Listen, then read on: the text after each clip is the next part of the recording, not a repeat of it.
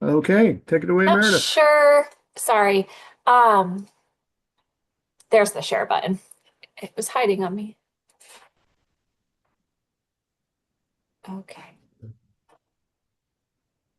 Okay. Can everybody see my screen?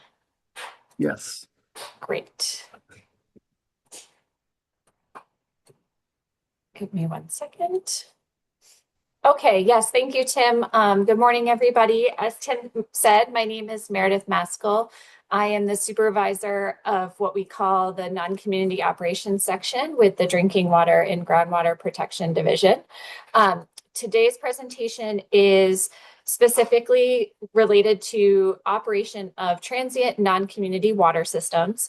This was originally developed as a way for our Class 1B operators to get their 3 credit hours that are required every renewal cycle, um, and to make sure that they are getting information that specifically applies to operation of TNC water systems. Looking at the list, I do see that there's folks that represent a bunch of different types of water systems, so that's awesome. Just be aware that as we're going through the requirements and the discussion, a lot of the things that we're going to talk about for TNC water systems are applicable to everybody. But if you work with an NTNC or a community water system, then it's this information and likely a bit more. So if you have specific questions about how these things apply to those categories of water systems, I'm happy to answer those. As Tim said, if you want to ask a question or if you have anything to contribute, that would be super awesome. I think it helps with engagement and just making the presentation a little bit more interesting. So definitely feel free to put your question in the chat or raise your hand. I did have the chat open and now I seem to have lost it. So if you want to simply just raise your hand, that would be great. And we can go ahead and answer your question. I am happy to, I think Tim mentioned he does have a copy of a PDF of the presentation, so you're welcome to that afterward.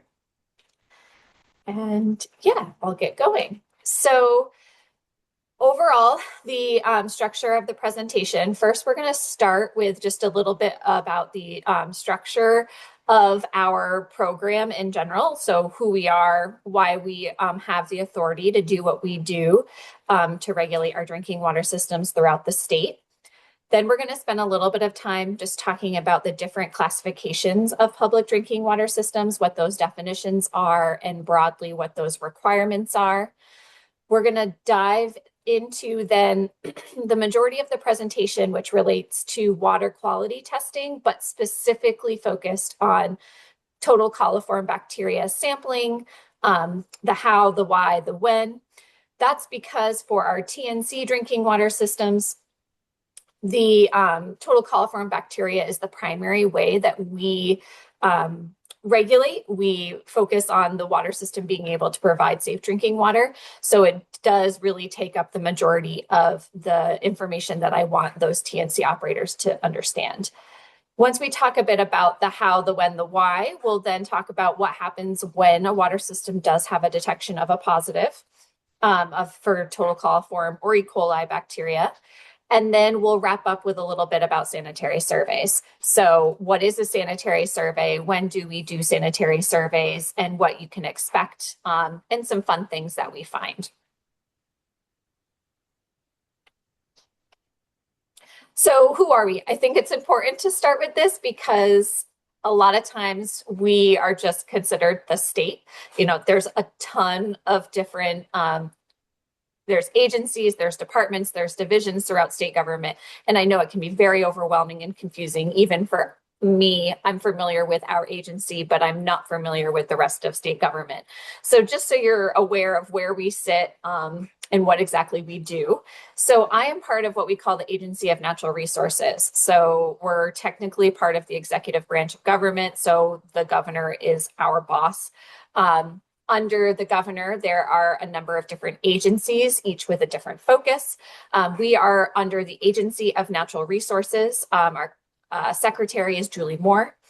So within that Agency of Natural Resources, we're divided into 3 separate departments, and each department has a slightly different focus as it relates to this idea of natural resources.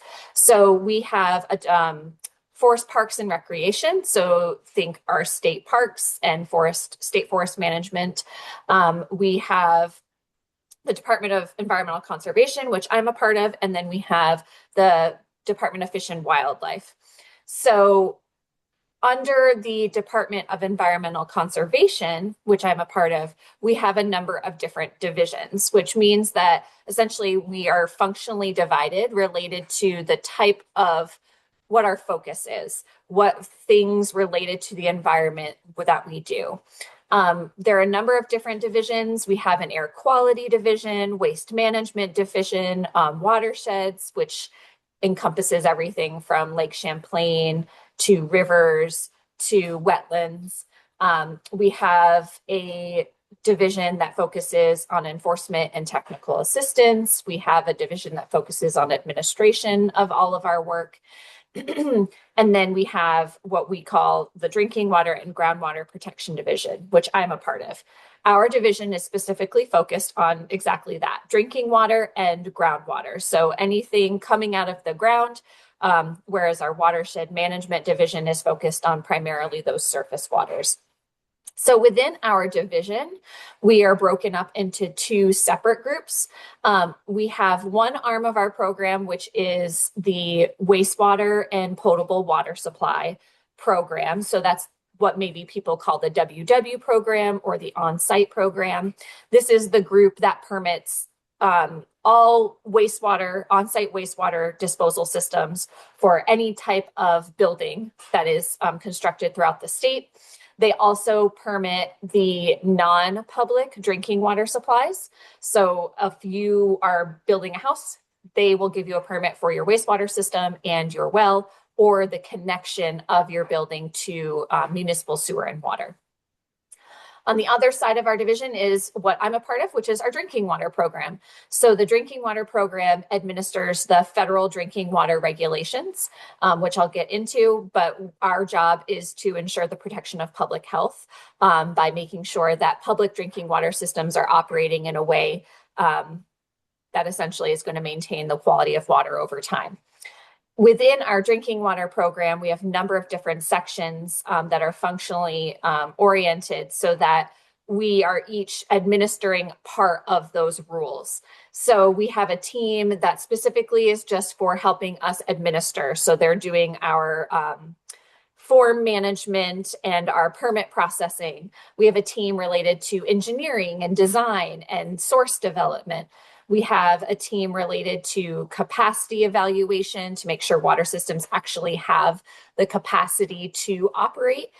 We have operator certification team, and we have a very large compliance team, which is related to receiving the water quality data that a system collects and identifying requirements in response to those data.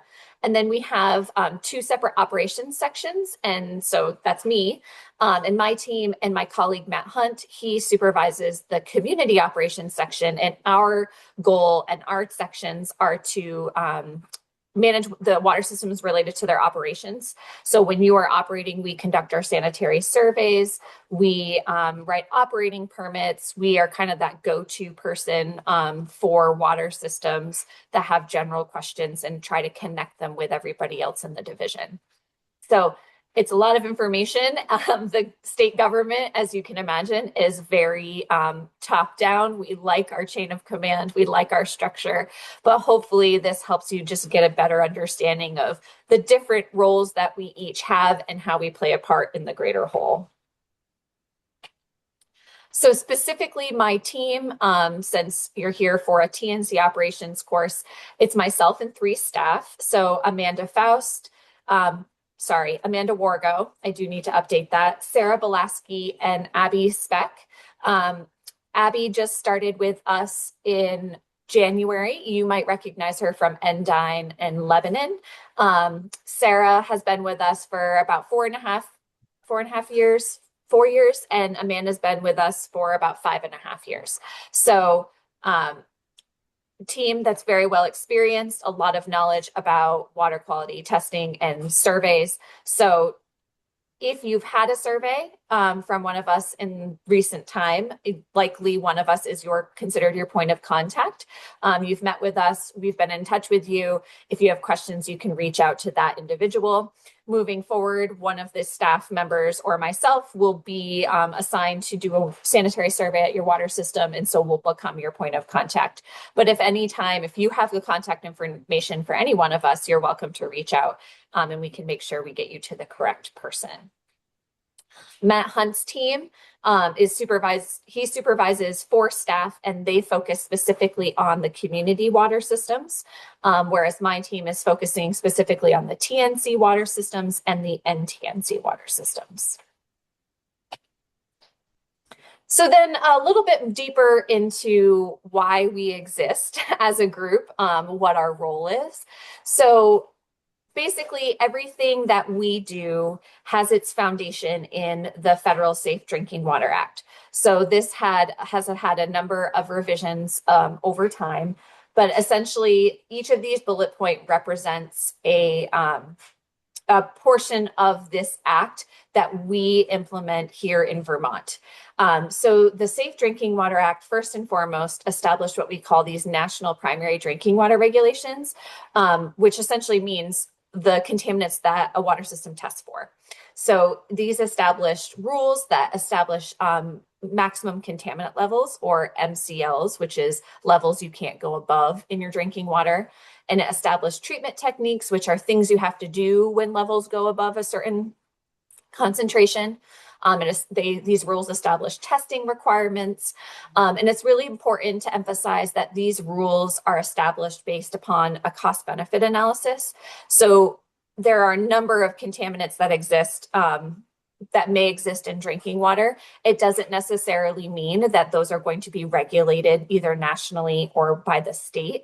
There is an analysis of potential public health risk associated with cost to implement federal rules, and then the actual ability to do the analysis required to produce results.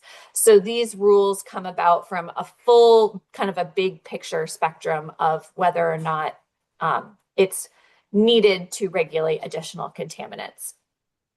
But this is your bacteria testing requirements, your lead and copper, your DBP testing. So everything you test for is basically founded under these national primary drinking water regulations.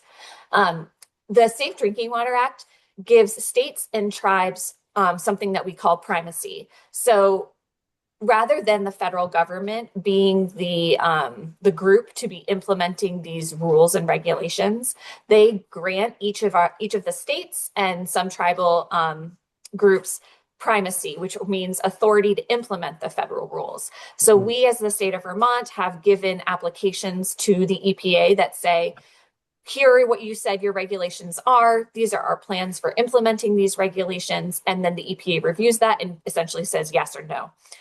We have to make sure that we're as stringent as the federal rules.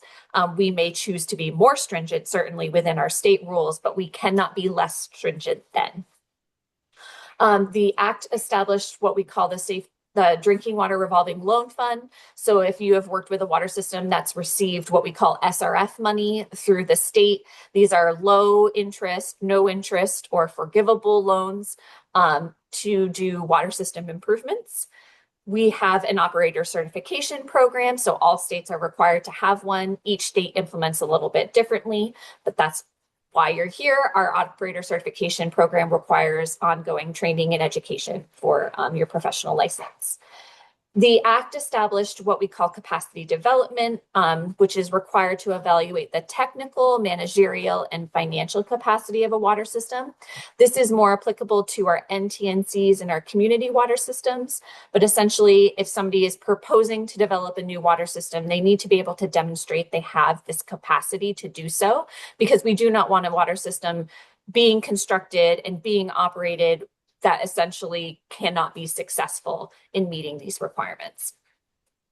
Community water systems are required to do consumer confidence reports, which are annual or biannual reports to the users, giving information about the water quality throughout that past year. Our non-community water systems do not do these, but they do forms of public notice. We implement a source water assessment or source water protection program within the state that is specifically related to our source protection plan development and updates. The Act gives us enforcement authority. So it says that we are allowed to implement these rules. We have primacy for these regulations. And then if a water system fails to comply, we do have authority for enforcement. And then finally, not really related to drinking water, but definitely under the federal regulations is what we call our UIC program, which is underground injection control. So it's the injection of any non-wastewater into the ground. So think if you have a floor drain or vegetable washing being deposited into the ground, those sorts of things could fall under our UIC program. It's a lot of information, but I think the big takeaway from this is that we have federal regulations that we as a state have authority to implement. And a lot of these components you'll see directly part of the program here in Vermont. So how do we take those federal regulations and turn them into something that we can point to in the state? The document that we have that takes those federal requirements and regulations and then applies them to water systems in the state of Vermont is what we call the Vermont Water Supply Rule. So this rule has been adopted under the authority of both that Safe Drinking Water Act and Vermont statute. So we have Vermont statute that explicitly says that the Agency of Natural Resources has the authority to regulate drinking water in the state. There's a lot of detail related to that, but it says we have the authority to do so to protect public health. And in order to do that, we can create what we call this water supply rule.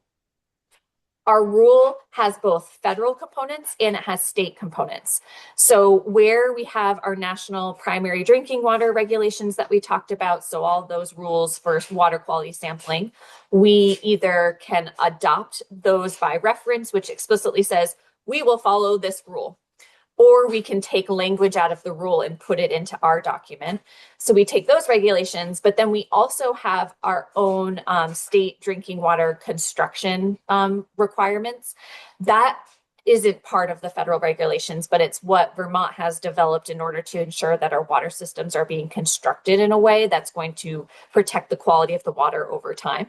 So it does those two things. So ultimately, like this says, our purpose is to protect public health by assuring safe, affordable drinking water. This refers to both public and non-public water systems. But what I did mention earlier is our wastewater program, that arm of our division is what focuses on those non-public water systems. And then also gives us the authority to implement and enforce provisions of that Safe Drinking Water Act. We're not going to get into the rule in any more detail, but just understand that we have subsections, which are the body of the rule, and then we have some appendices, which more focus on the design, construction, those sorts of standards for water systems. When we are working with our water systems, when we're identifying requirements for a water system to complete, we are going to try to point back to this rule. This is our guidebook. This is what gives us the authority to do what we do. So if it's not in rule, I don't have necessarily the authority to have you do it. So that's why it's really important for us to take these requirements and put them in the lens of what this water supply rule says. This gets revised periodically. We did just issue a revised version on January 1st, 2026. Each time this gets revised, we have to go through a process of public notice and review by several different groups within state government. But the most recent rule, if you're involved in PFAS, is related to our PFAS regulations. Okay, so now we're just going to talk a little bit more specifically about types of public drinking water systems before we're going to focus back into our TNCs.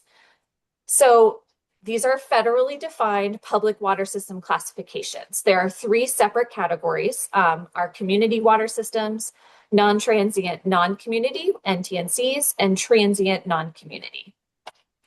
So our community water systems. The federal definition is a water system that serves 15 or more service connections or 25 or more year-round residents. So we're looking at those two criteria: 15 or more connections and or 25 or more year-round residents. So these are going to be obviously your large municipal water systems, but these are also your manufactured housing communities, condo associations, fire districts, elderly care facilities, places where people live. The requirements for our community water systems are obviously the most stringent, and that's because water is being consumed theoretically over a lifetime. And so what risks are associated with that consumption? The next level down, if you want to say that, are the NTNC water systems. So here, again, the federal definition is a facility with its own source of water. So it's not purchasing water most of the time. It's not getting water from a municipal community water system.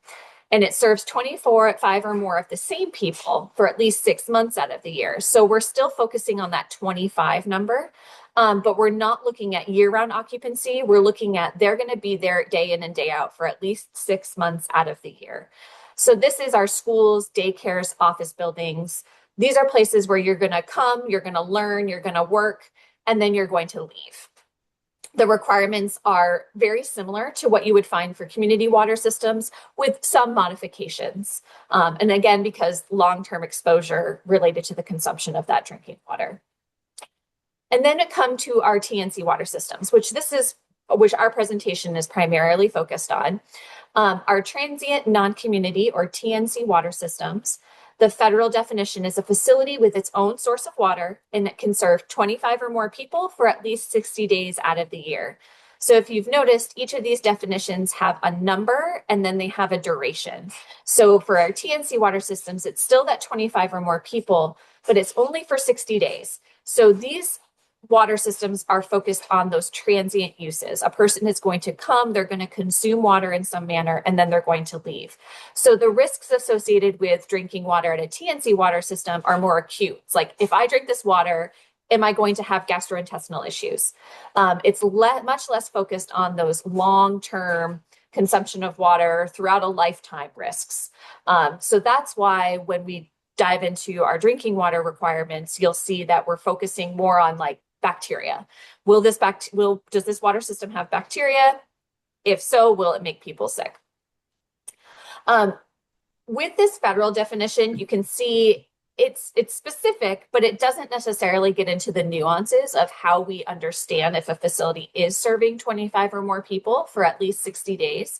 So for Vermont, with EPA guidance, we have revised or fine-tuned this definition in our policy to explicitly say that offering of includes includes public restrooms. So that's why our program captures things like gas stations and general stores and doctors' offices, a drinking water fountain that is very obviously a place to access drinking water. On-site food service for any number of licensed restaurant, deli, bakery seats. So people are going to come and they can sit down and they can consume food there. And then lodging. So if a facility has 25 or more lodging or sleeping spaces. Generally, these 4 bullets are going to encompass all the different types of uses that we see in the state and how we're going to evaluate if a facility is going to be qualified as a TNC water system. You can see we have restaurants, ski areas, state parks, doctor's offices, marinas, inns, golf courses, any place really that you can think of that the public has access to use that facility, and in doing so can also consume water. So again, kind of thinking a little bit more deeply about this definition, I think it's important to point out some of these common things that pop up in conversation with folks. The first is how our program directly relates to Vermont liquor licensing. So this came up primarily in the mid-2010s when there was the big brewery and distillery winery boom. Basically, what this means is that Vermont liquor licensing has the authority to grant a facility permission or license to serve full pours of alcohol. When a facility is serving full pours of alcohol, they are required to have a restaurant license under the Vermont Department of Health program. And that's because they do not want people consuming large volumes of alcohol on an empty stomach. So under the Vermont Department of Health food and lodging licensing, a facility with restaurant seating is required to have a public restroom. That is explicit in their licensing. And as you remember from the previous slide, a public restroom is a trigger for classification as a public water system. So there is a very clear connection between a facility that intends to be acting as a tasting room, for instance. They then by default become a public water system because of the requirements between these various programs. Food trucks. So food trucks are an entity. They're a self-contained unit where food is being prepared and then served to guests. Food trucks are not considered like restaurants under the Department of Health Lodging or Food and Lodging licensing. They're considered mobile units or equivalent to like a commercial caterer. Under our structure, a food truck, that entity is not regulated by our program. However, the location where that food truck may be parked would be regulated by us. So if a food truck is parked at a town beach and that town beach has public restrooms and a drinking water fountain and facilities for the public to use, we would be regulating that public beach, and then the food truck happens to be there. The same thing would go for a restaurant or a parking lot. If a parking lot has public restroom facilities beyond porta potties or portable hand washing stations, then that would fall under our regulation, but not the food truck itself. Private short-term rentals, these are your Airbnb, VRBO facilities. These are owned by private entities, private individuals, or they can be owned by corporations and companies. For our purposes, we will regulate one of these. Meredith, I hate to Yes. interrupt you. Can Yeah, I go get ahead. back on the subject of food trucks, please? Of course, yeah. Okay. Just a quick question. I'll give you for instance, I'll give you an example and you tell me what you think about it. But there's a food truck obviously up in the Northeast, and a lot of food trucks in the area. On this particular lot, there is a water shutoff and a curb service presently there. If the food truck requests water service from the municipality, is there ordinance or something like that they would have to go by? Is there anything state or regulated to say to prohibit that food truck from using that water? Say if they wanted to put in like a yard spigot of some sort. Is there any guidance on that? That's a good question. And I think that would not fall under me, since in that scenario, it sounds like it would be a water line from an existing community system that exists on the property. Yeah. So I think in that instance, it would be more of a local decision on the part of the water system itself if they were interested in, granting approval for the truck to use that water. And if so, making sure that it's done in an accessible way. I don't believe we would get involved unless we were in a scenario where that water system has restrictions on expansion. So maybe there's something that says, we know this water system is running very low on water or is running kind of at the edge of your capacity. And that food truck connection potentially could represent an increase in uses. That's the only time I think that our community water system team would get involved. But beyond that, I think it would be the discretion of the water system itself. Well, is there any liability to that from like the municipality, Meredith, as to that person using that water? Let's just say it's a garden hose type connection and they put it in their building, they're using it in their food truck, they're washing, or maybe is there anything liability on the municipality on their behalf to say, unless you can show or prove? Is there something like that they need proof of, or is it the liability of the owner of the food truck?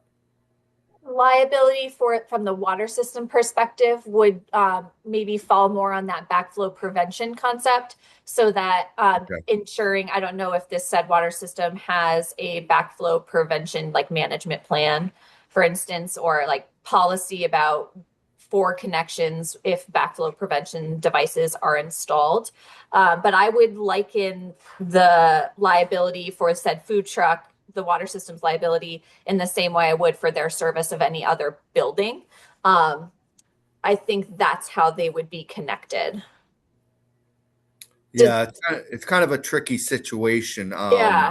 Because I'm never quite sure on, though the connection and the curb is in place because of a previous, it was on a vacant lot, but now they want to use the water from there, obviously metered and such. But it's kind of like, do we have any say on what that water, where would it be a health department issue, or if not, is there some, it's very tricky. I think it's a Yeah. very gray area.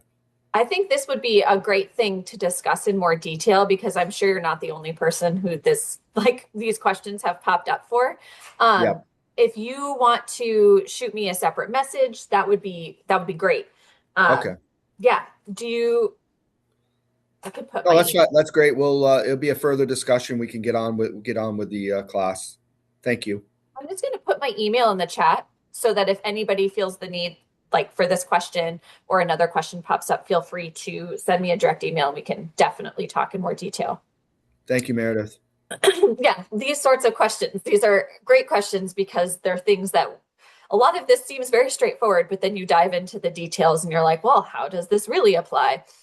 Um, Yeah, so getting into those private short-term rentals, with that, it's specifically related to the number of lodging spaces. So if a facility has 25 or more lodging spaces, either permitted or advertised, then we would assume jurisdiction over them and they should be a TNC water system. If it's 24 or fewer, we would not regulate them. Event spaces, this again is a very pertinent topic, especially as it relates to wedding barns in places where events are being held. So just like with the food trucks, we regulate the space where the event is being held. We don't regulate the entity that's bringing food or drink to the facility. So if you're hiring in a commercial caterer and a bartender, those entities are not the regulated people. It's the place where the event is happening. So the event barn itself, where the bathrooms are or the facility where it's happening, we're going to regulate them. I'm thinking we have a number of event barns that are within our group of public water systems. So we'll regulate them if they are serving obviously the 25 or more people, but also if they're operating for 60 days out of the year. So that's where the 60 days really does come into play. A lot of event barns will be operational from May through October, but maybe only one weekend on the weekend days. If those days of operation don't add up to 60, they would not be regulated. If, however, a facility is open, say they're open April through November, and they're offering use of the space on Friday, Saturday, and Sunday for various events, then they very quickly could become part of a regulated water system because they're surpassing that 60 days of operation. Other public spaces that I always like to mention, again, kind of connecting to that 60-day threshold, because oftentimes we're focusing on that 25 people, but the 60 days is very important. Summer camps are another great example where we have camps that are only operating for 3 to 4 weeks in the summer. They could have 500, 1,000 campers, but because they're not operating for 60 days, they do not fall under our jurisdiction. Talking about like public parks and that sort of thing. So public restrooms that are accessible to people while they're using an open, sports field, for instance, those would be regulated as long as they're meeting the 60-day threshold. I always encourage people, if you have any questions about whether or not a location should be regulated, feel free to reach out to me like via email or give us a call, because we may be able to say, oh yeah, we've clearly vetted this system and we can say that they're not regulated, or, oh, we weren't aware of them. And so we'll make sure we reach out and clarify their operational status. So now that we have a little bit of more of an understanding of what types of facilities do qualify as a TNC water system, I just want to briefly give a broad overview about what sort of requirements a TNC water system is subject to. We don't have the time to delve into each of these different components today in this presentation, but it just as a good overview, all of our TNC water systems are required to have an official's contact form. So that is a form that gets filled out by the owner that explicitly says, this is the owning entity. This is my administrative contact, or that person that I'm going to be in touch. You can be in touch with most frequently, and it's going to identify the designated operator, and it's going to identify a financial contact. It's very important that we have the correct contact information so that we can make sure folks are aware of the correct requirements. Or if we're in a scenario where things aren't being done, we're making sure that the appropriate people know that the work is not getting done. All systems are required to do water quality monitoring. The types of things that a system tests for and the frequency and the number depends upon the classification of the water system, the population, which we'll get into, but broadly, everybody has to do some amount of water quality testing. All of our systems have to have what we call a call form sampling plan, which is a plan that outlines where they and how many samples are collected throughout a year. All of our water systems are required to have operating permits. For TNC water systems, there's two different kinds of operating permits a water system may qualify for. The first is what we call an individual permit. So if you work with an NTNC or a community water system, you have an individual permit. It's a permit written specifically for the water system that outlines each of the system components, the approved design flow, the capacity of the water system. Some of our TNC water systems have that same type of permit.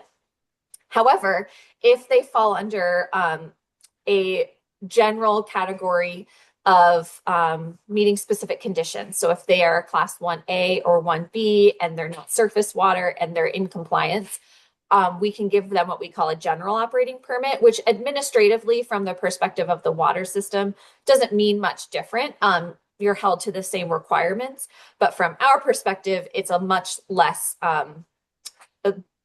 writing that we have to do, and we can issue those more quickly. So a lot of our TNC water systems are actually under that general permit versus an individual. All water systems have to have a water system operator, which is why you're here, and our TNC water systems have sanitary surveys every 5 years. Some additional requirements that may apply to the water system depending upon different things that are going on. They may have to do monthly reporting. So this is an important distinction between the TNCs and the NTNCs and community water systems. Those two categories of water systems do have to send in monthly reports, regardless of their operating details. A TNC water system only has to submit those if they are continuously chlorinating. Water systems that start up and shut down at the beginning end of a season are designated as seasonal. And so those water systems are required to submit startup procedures and certification form every year. Gives us information about, yes, in fact, we are going to be operating. This is when we're going to be operating. These are our months of operation. And so we can make sure that the sampling requirements and our operating dates in our system match reality. And then finally, for a water system that's in violation, whether it's because you missed a sample or you failed to correct sanitary deficiencies, they would have to post public notice following issuance of a violation. So I do want to just touch upon this concept of approved water system design. So as I mentioned previously, if you are an NTNC or a community water system, you have an individual operating permit. And that operating permit specifically says, this is your source. This is how much water your source is approved for. This is your population. These are your physical components. That information is very important because that's your defining document for what you're approved to have and what you're approved to do moving forward. For our TNC water systems, this can be a little bit more challenging. So our program as it exists now really didn't become established for our TNC water systems until the mid-2000s. Prior to the mid-2000s, TNC water systems were permitted under that wastewater program, so the wastewater system and potable water supply permits, and were regulated very minimally by the Department of Health. So historically, we were operating under those two programs. In the mid-2000s, the regulation and permitting and design came over to what was the Water Supply Division. And so since then, we have regulated our TNC water systems.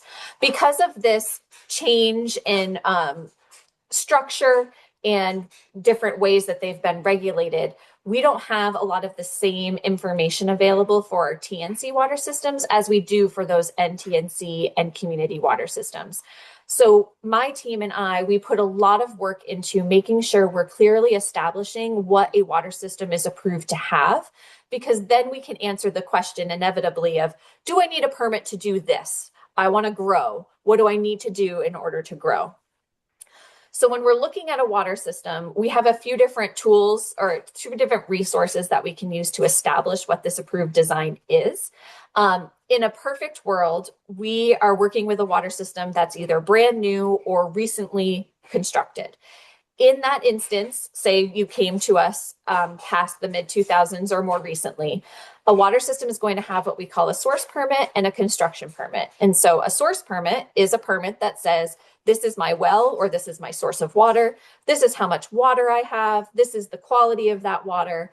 And then a construction permit, which says, this is how the well is connected to the building. This is my storage tank. This is my treatment design. And so it's going to lay everything out very clearly. And it's going to be very understandable what the water system was approved for. We don't have these for a lot of our TNC water systems. Like I said, a lot of our TNC water systems predate when our program regulated public water systems. If that's the case, what we're often going to do is we're going to go back to that wastewater system and potable water supply permit. So those permits originally started being issued in the 1960s. So we have a wealth of information available in those wastewater permits between 1960 and today. A lot of our TNCs have had modifications, have made changes, installed wastewater systems, installed sources during that time. So it's very likely that we can find those wastewater permits in the files, and we can pull out the information about that source and about the capacity of the facility. It's not always going to be very clearly saying that the well has this and the wastewater system has that. So a lot of times we're going to connect water in with water out. So if the facility was approved for a wastewater system with 130 restaurant seats, we're going to extrapolate that and say, well, if water out is equal to 130 restaurant seats, we're going to say the well also has the capability for those 130 restaurant seats. So we're using those permits as a foundation for identifying that approved design flow if we do not have those source permits and construction permits. Going back further or kind of along that same timeline, we can also look at those food and lodging licenses. So like I said, the Department of Health during that window of time was regulating what are now TNC facilities. And so if they were providing food or lodging, it's possible that the food and lodging program actually maintains records that can track back and say, oh yeah, in 1990, the entity that operated this business had 50 lodging spaces. And so we can use that as some historical information to establish what was the approved design at that time, and then apply that moving forward. Sometimes we don't have any of this. There are a lot of facilities that have existed, were constructed well before current day permitting was established. And so in those instances, we're going to default to historical operation. Anything that we can find that the water system can share or we're finding in public record that gives us some insight into what that system was. The thing I think of most frequently are potentially brochures or newspaper clippings that are advertisements for a facility, old camper brochures, those sorts of things, to establish a historical operation. Absent any clear documentation, it may just be the historical owner providing that in writing and certifying to its uses. So all this to say that you can imagine there are some that are very easy to establish design information, and there are others where it's a little trickier and we're piecing information together. But ultimately, our goal is to be able to clearly document for you and for us what a water system's approved use is, how many people, the way the water flows, and those different physical components. So then when you come to us and say, do I need a permit for this? We're able to answer that question. And so when people are asking us, do I need a permit to increase my restaurant seats? Do I need a permit to add some RV sites in my campground? they're specifically referring to, do I need what we call a source permit or a construction permit? So like I said, a source permit is what says how much water you can have from your well or your surface water intake. And then the construction permit explicitly says what your components are, how big they are, how much water they can handle. And so I'm going to look at that approved design, and I'm going to look at what you're proposing, and we'll be able to say yes or no if a permit is needed. Typically, a permit, a source permit or a construction permit will be needed when you're increasing population. So each person served is basically equivalent to some amount of water. The thing you're doing obviously will inform how much water used. A person sleeping is going to use a lot more water than a person using a doctor's office chair, but each of those represent a certain amount of water. So if you're increasing your population or you're changing the population, we're going to visit this question. If you're adding or changing your source of water, this is the obvious of, oh, I want to drill a new well. But this also is, ooh, my well seems to be the water that it used to supply is running low. I'm not getting as much water out of this. I want to call my driller and I want them to deepen my well. That's considered modification of your water source. And so that's something that would require a permit. If you're adding, changing, or modifying your treatment or your storage tanks. So these three categories are like the quantity and the quality of water that is potentially being served could change, and therefore we're going to evaluate if a source permit or a construction permit is necessary. There are certain instances where they're not, and then there are some where they are. I always encourage people to reach out if you have any questions, either you or your designer, your engineer, and we can talk through those options. We have the good question, are TNCs required to meter water production? No.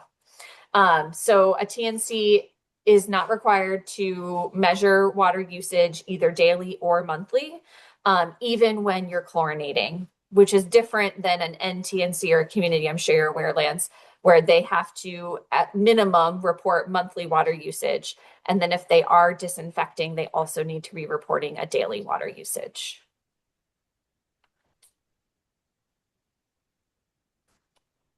Okay.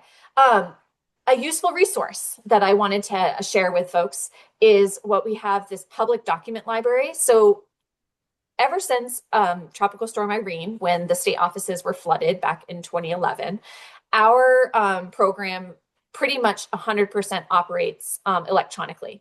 So all of our records are saved into a record archive.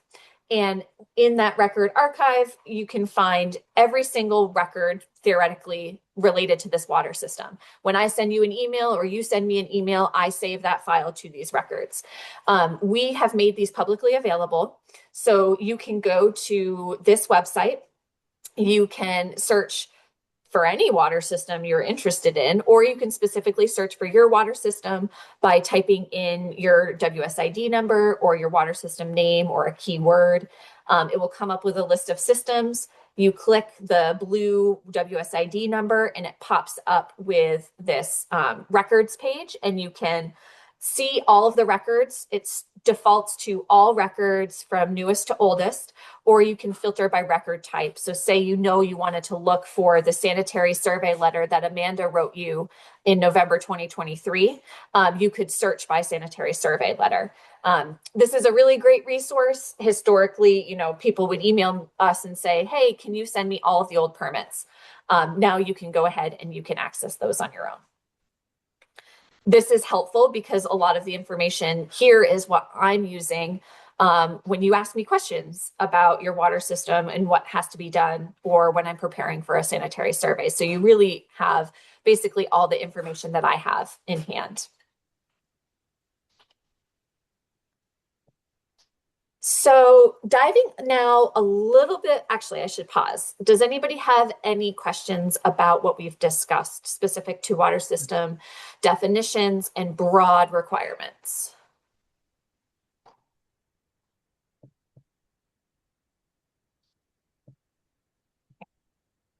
So now I'm going to speak to water system classification.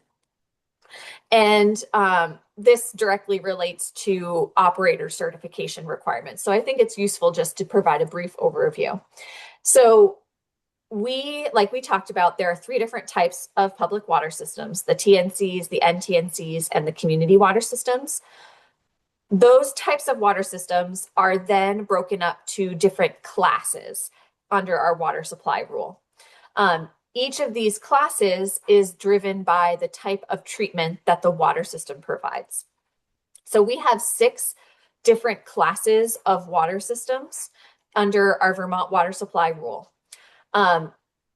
We have class 1A and 1B. Those are specific to our TNC water systems. We have class 2, which is specific to NTNC and community water systems. And then we have class 3 and 4, which are applicable to all water systems.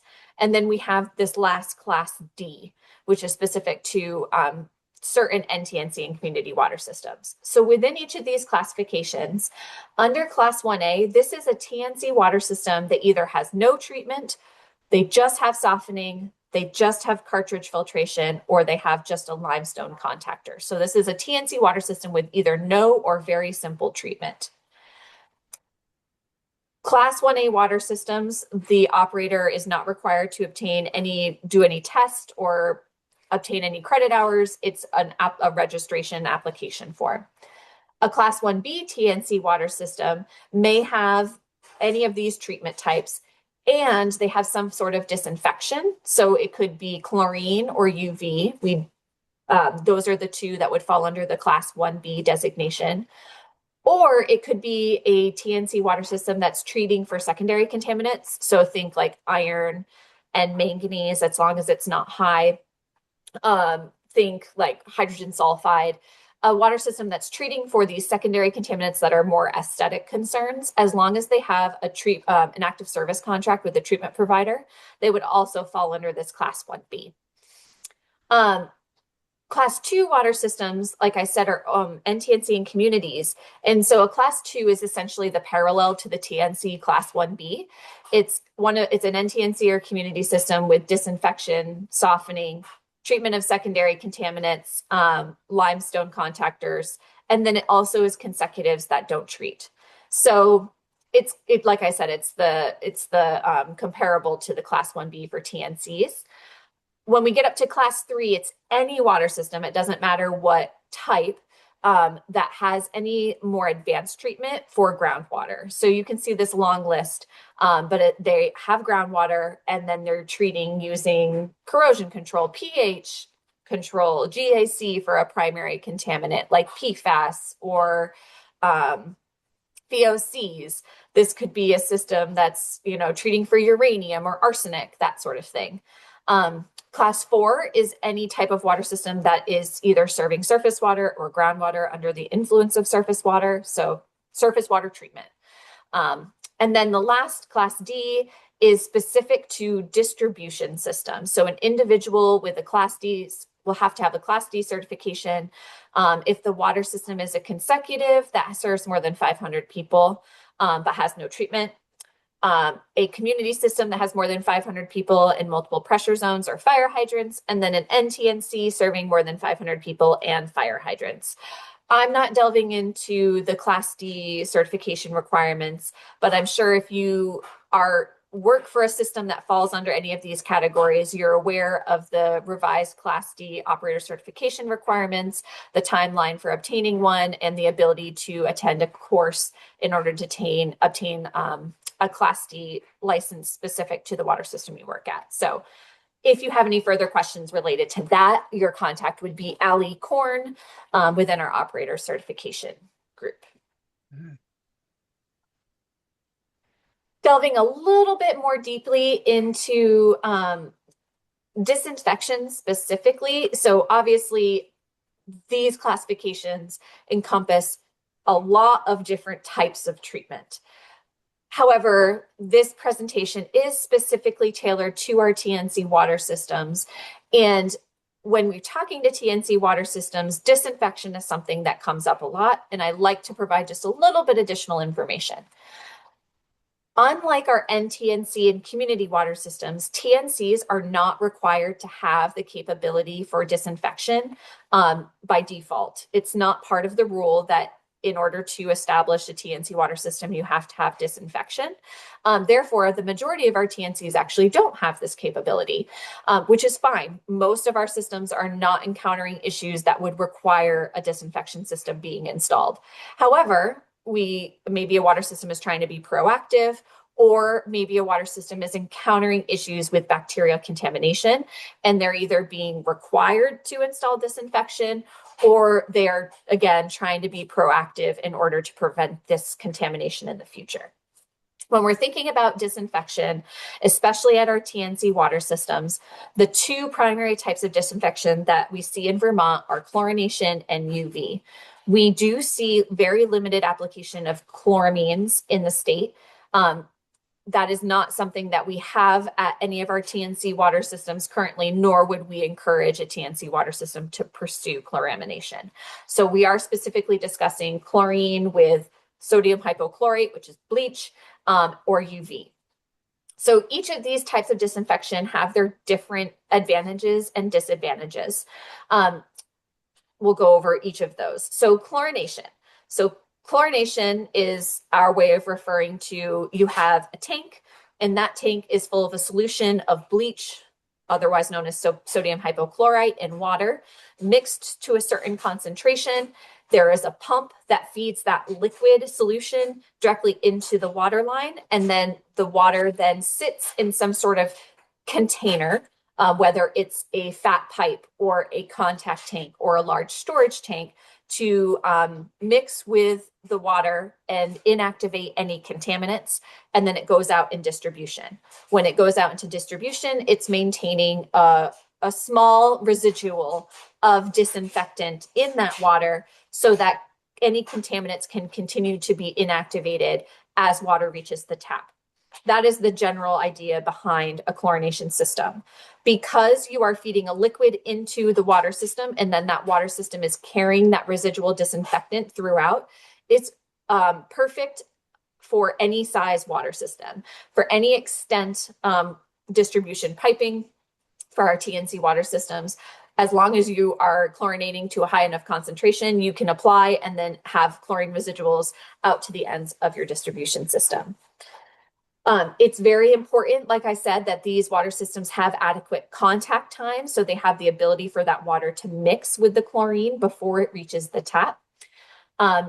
When a water system is operating the chlorination system, they do have to measure that free chlorine residual to demonstrate A, that a residual is being maintained all the way to the faucet, and that B, it's not too high. Because when it comes to chlorination, if it reaches high enough concentration, that can be a significant risk to public health. So we need to make sure it's staying within those safe concentrations. The nice thing with chlorine is it can be operated continuously or on standby. If it's on standby, it means you have all the equipment present. And if you do decide to turn it on or you need to turn it on, you can have your operator, or you as the operator, prepare that solution, get everything up and running, and start injecting chlorine into the water. And then it can spread throughout the distribution system quickly. Or it can be operated continuously and easily. UV, on the other hand, is a little bit different. So unlike the chlorine, which is a chemical being injected into the water and then being retained in some concentration, UV is simply water passing by a light. The light is set to a specific wavelength and frequency. It's set at certain parameters to be able to inactivate those viruses. So the water is going to pass by the light. It's going to zap any bacteria, viruses that are present in the water and sterilize them so that they cannot reproduce and grow moving forward. That's what we call a point of contact, which when the water goes by, everything is inactivated, but past that point, anything that is introduced into the system is not going to be addressed by that UV. So it's really great for single buildings where we aren't worried about contamination from underground piping. Water can come into the building, go through the UV, and then go throughout in interior piping. It's typically best operated continuously. UV doesn't like to sit. If it is sitting, it's probably not going to start up when you want it to start up. A lot of the components aren't going to last just sitting and not being used. So that can be a pretty big challenge if a water system does have bacteria issues and they decide to operate their UV system. If it has been sitting, they're likely finding themselves having to order new parts and replace those parts. So we very strongly recommend that a water system that has UV does continuously operate that UV. We don't have any reporting for UV, so that's nice. Unlike chlorination, where you are taking a daily residual, you don't have to do that with a UV system. And so that can be really helpful for systems that don't have the capacity for that hands-on measurement each day.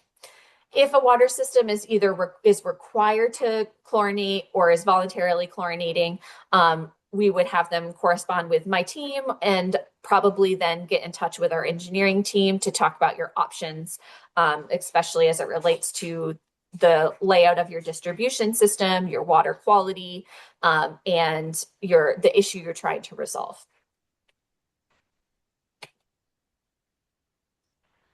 Let's see. Okay, I think we're going to, now would be a good break.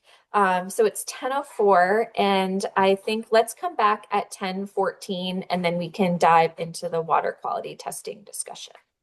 Great. Thanks, Meredith. And don't forget to type your full name in chat when you come back.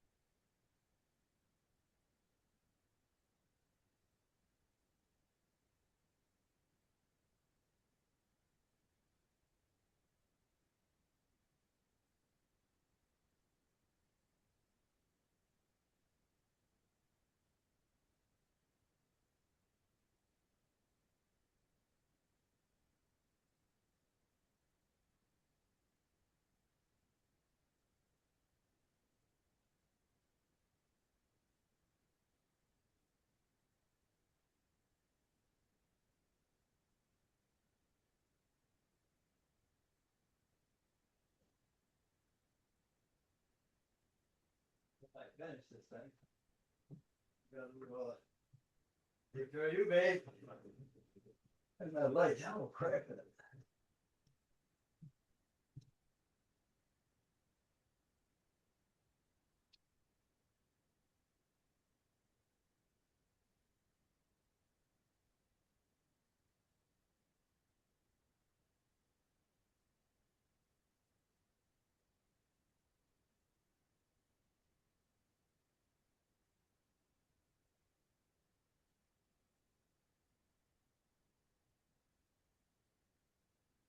Actually, I got everything silent, so there's no reason why I couldn't really put my phone on, but I got my phone on.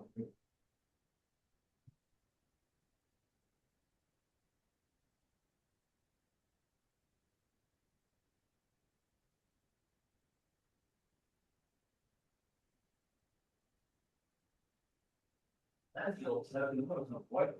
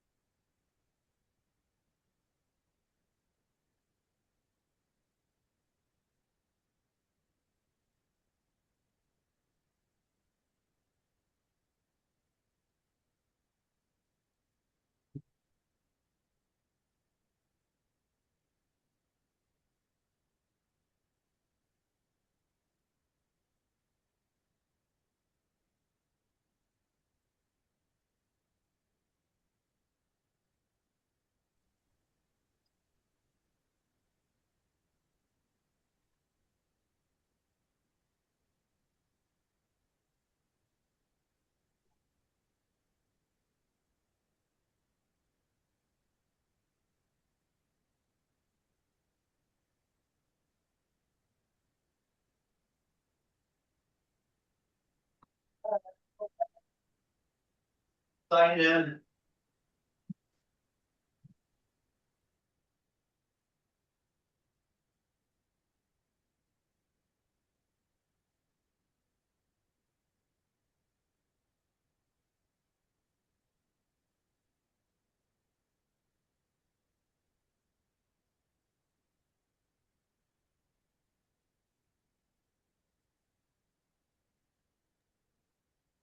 Okay, it's 10:14, so I'm going to get started again.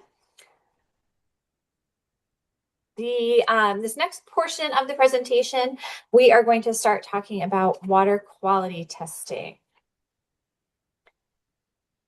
So water quality testing, go over that all water systems are required to test for total coliform bacteria, nitrate, and then they are required to do routine testing for elevated contaminants. So a typical TNC water system that doesn't have any elevated contaminants will be doing total coliform bacteria testing either monthly or quarterly, and then doing an annual nitrate for each groundwater source.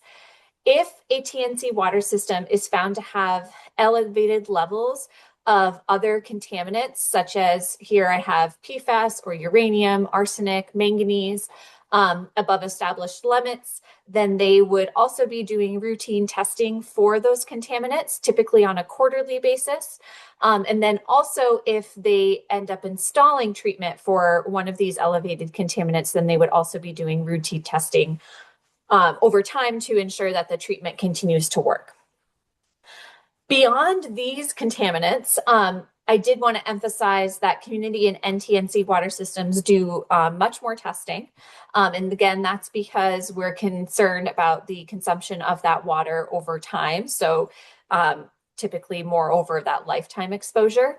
So other things that they are going to be testing for, and you'll find on a monitoring schedule, are disinfection byproducts for those that are adding a chlorine or chloramine disinfectant, lead and copper sampling, PFAS, VOCs, which are volatile organic compounds, SOCs, which are synthetic organic compounds, inorganics, radionuclides, and some other secondary contaminants. All water systems are doing water quality testing according to their monitoring schedule. So we have an online monitoring schedule search tool that's accessible to members of the public. The website is here. And so what you would do is you would type in your water system identification number or a water system key term, just as in that public document library that we were talking about. Under the search type dropdown, there's actually a number of different searches you can do.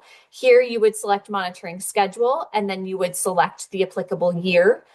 So this says 2025, but you would be selecting 2026 for this year's monitoring schedule, and click search. And then you're going to come up with a list of qualifying systems based upon your search terms, and you are going to click select. That's going to open up a second page, which is going to be the monitoring schedule for that water system. You can see that it identifies the water system information up top. And then below, it's going to be broken down primarily into 3 sections. You're seeing 2 here, but there could also be one for raw water. But it's going to be broken down into where you collect the sample. And then under each of those sections, it's going to list the different things to sample for. So in this case, the first place that we're going to be collecting something is the entry point to distribution system, finished water. So this is typically where a water system is going to collect chemical contaminants. So if we're looking back at this page, it would be things that are entering into the water system. So we're going to be thinking our PFAS, VOCs, SOCs, inorganics, radionuclides, and secondaries. Those are things, and nitrate, that get collected at the entry point. So it's finished water after your treatment, after your storage, as it enters the distribution system. These things are not going to change as they enter the as they flow through the distribution system. That's why we collect them at the entry point. Each of those contaminants is going to be listed. There's going to be the name and then the frequency. So you'll see here this says nitrate, and it's once per year. Water systems that are very simply constructed, meaning most TNCs where you have a well, you may or may not have treatment, storage, or pumps, and then your distribution system. The information about facility and sample point will be presented here. And so you would just translate that onto your chain of custody for the laboratory. You may have more than one facility and sample point that needs to be collected for. So it's just important to make sure you're keeping track of if you are required to take nitrate from multiple locations, for instance.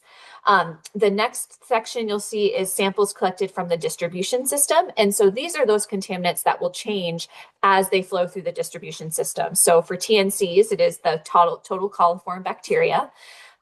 You're going to see below here, it says the monitoring period is January through December, and this water system collects 1 sample per quarter. It's important that all of your samples that are collected in the distribution system are being collected according to a sampling plan. So for total coliform bacteria, we're going to talk about that. You have a sampling plan that tells you where to collect those samples. The same would go for other systems, the disinfection byproducts and lead and copper. Those are also going to have sampling plans because their concentration is affected by the distribution system, and you would see that information there. If you were to go back to this main page, in addition to monitoring schedule, you can click on this and you'll see a drop down for bacteria data, chemical data. So if you were to click those, it will actually pull up a list of all available data that we have on file for the water system under those 2 categories. It's real time. So if we have the data on file, you would be able to see it there, which is really handy. And you can also use that to review historical concentrations as well. Thinking about water quality sampling, just reminding folks that, it's very important to follow good sampling procedure, best practices, follow the information that is given to you by the laboratory. If you have questions about sampling, please make sure you communicate that to us or to the lab. We do have, kind of going back to this, under this, we do have a detailed sheet. I can't remember exactly what it's called, but it does give a lot more detailed information about sampling locations and sampling protocol. So if you're curious, you can take a look. But it's also possible that your sample may be rejected by the laboratory. And I wanted to emphasize this because you're doing this sampling, A, to make sure the water is safe to drink, but also to fulfill the requirements. And so if a water system, if a water sample is collected and then rejected by the laboratory for one of these reasons, it's not actually going to fulfill the requirement. We don't have a result, therefore the sample didn't exist. So it's really important to be aware if your sample was rejected, and then if so, why, so that you can collect a makeup sample. And if you're ever curious about this, make sure you communicate directly with your laboratory. But especially for total coliform bacteria samples, top issues that we see are that they exceed the hold time because they do have to be returned to the lab and analyzed within 30 hours. We often see issues with insufficient volume. So there's supposed to be a specific volume of water within that bottle for the analysis. If there's not enough, it cannot be analyzed. Sometimes we see a situation where chlorine is present in a bacteria sample where it should not be present. So those are common rejection codes that you might see. If you see that, consult with your laboratory and then make sure to recollect that sample as soon as possible within the monitoring period that you're allowed.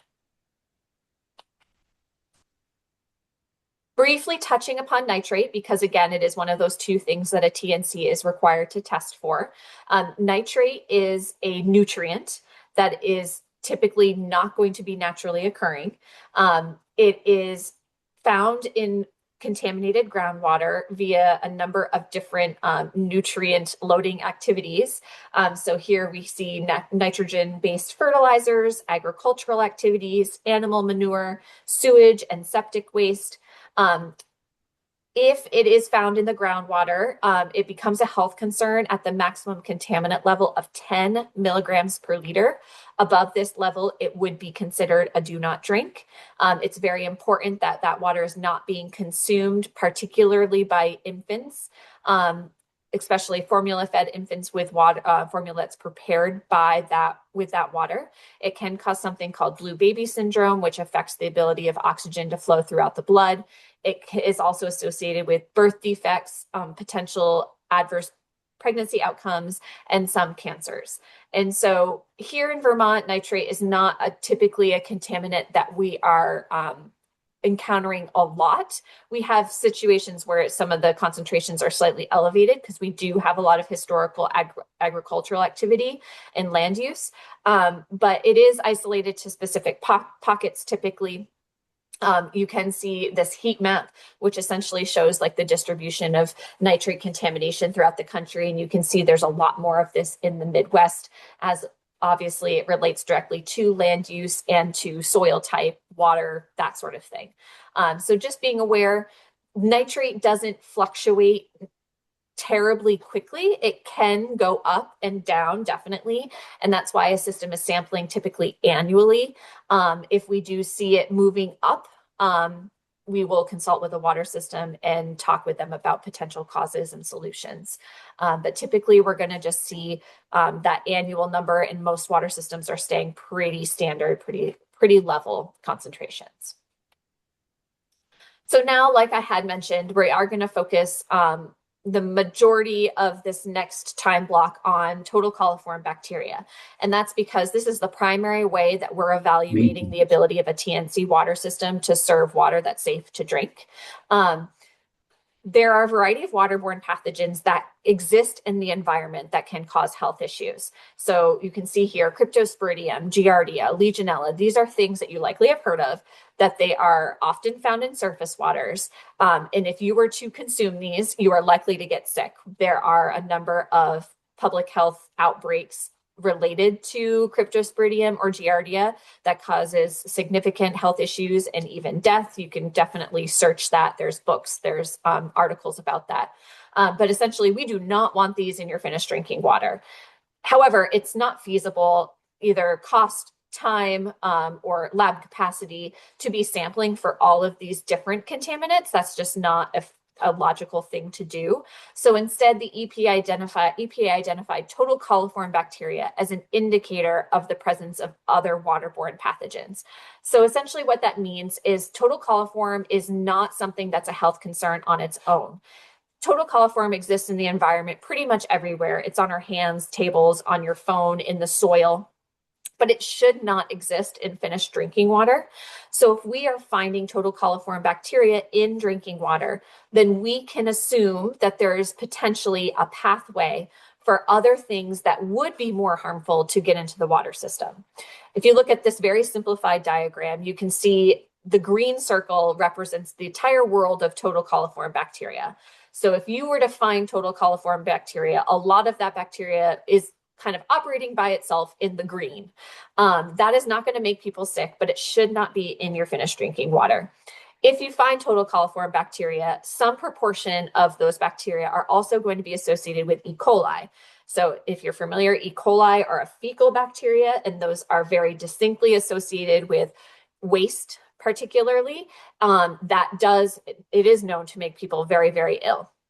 So within that world of coliform, there's potential for some of those coliforms to be associated with E. coli. And then within that world of E. coli, an even smaller amount of that bacteria may be associated with those waterborne pathogens. So the idea being, if you see coliform, there is the potential for E. coli, and then also the potential for those waterborne pathogens.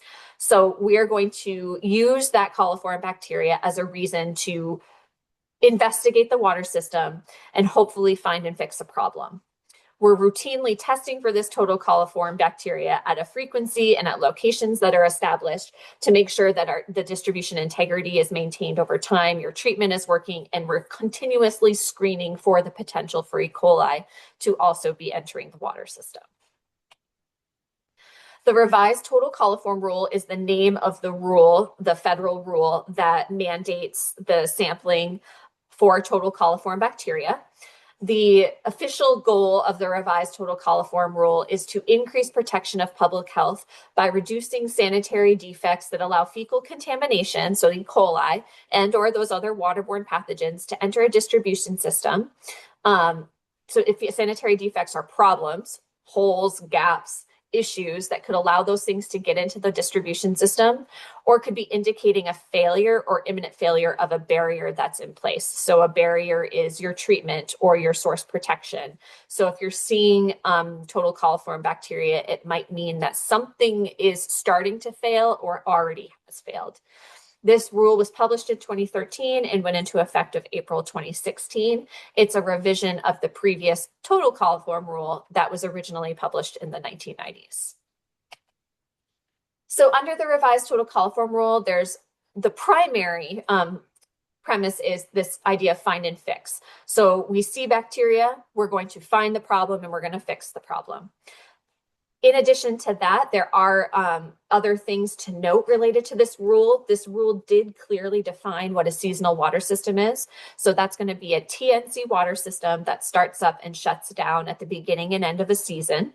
So your campgrounds that drain water during the winter, or your ski resorts that are only opened in the winter and closed in the summer. The rule established very clear criteria for sampling frequency, and so specifically whether a water system is allowed to sample for bacteria quarterly or monthly.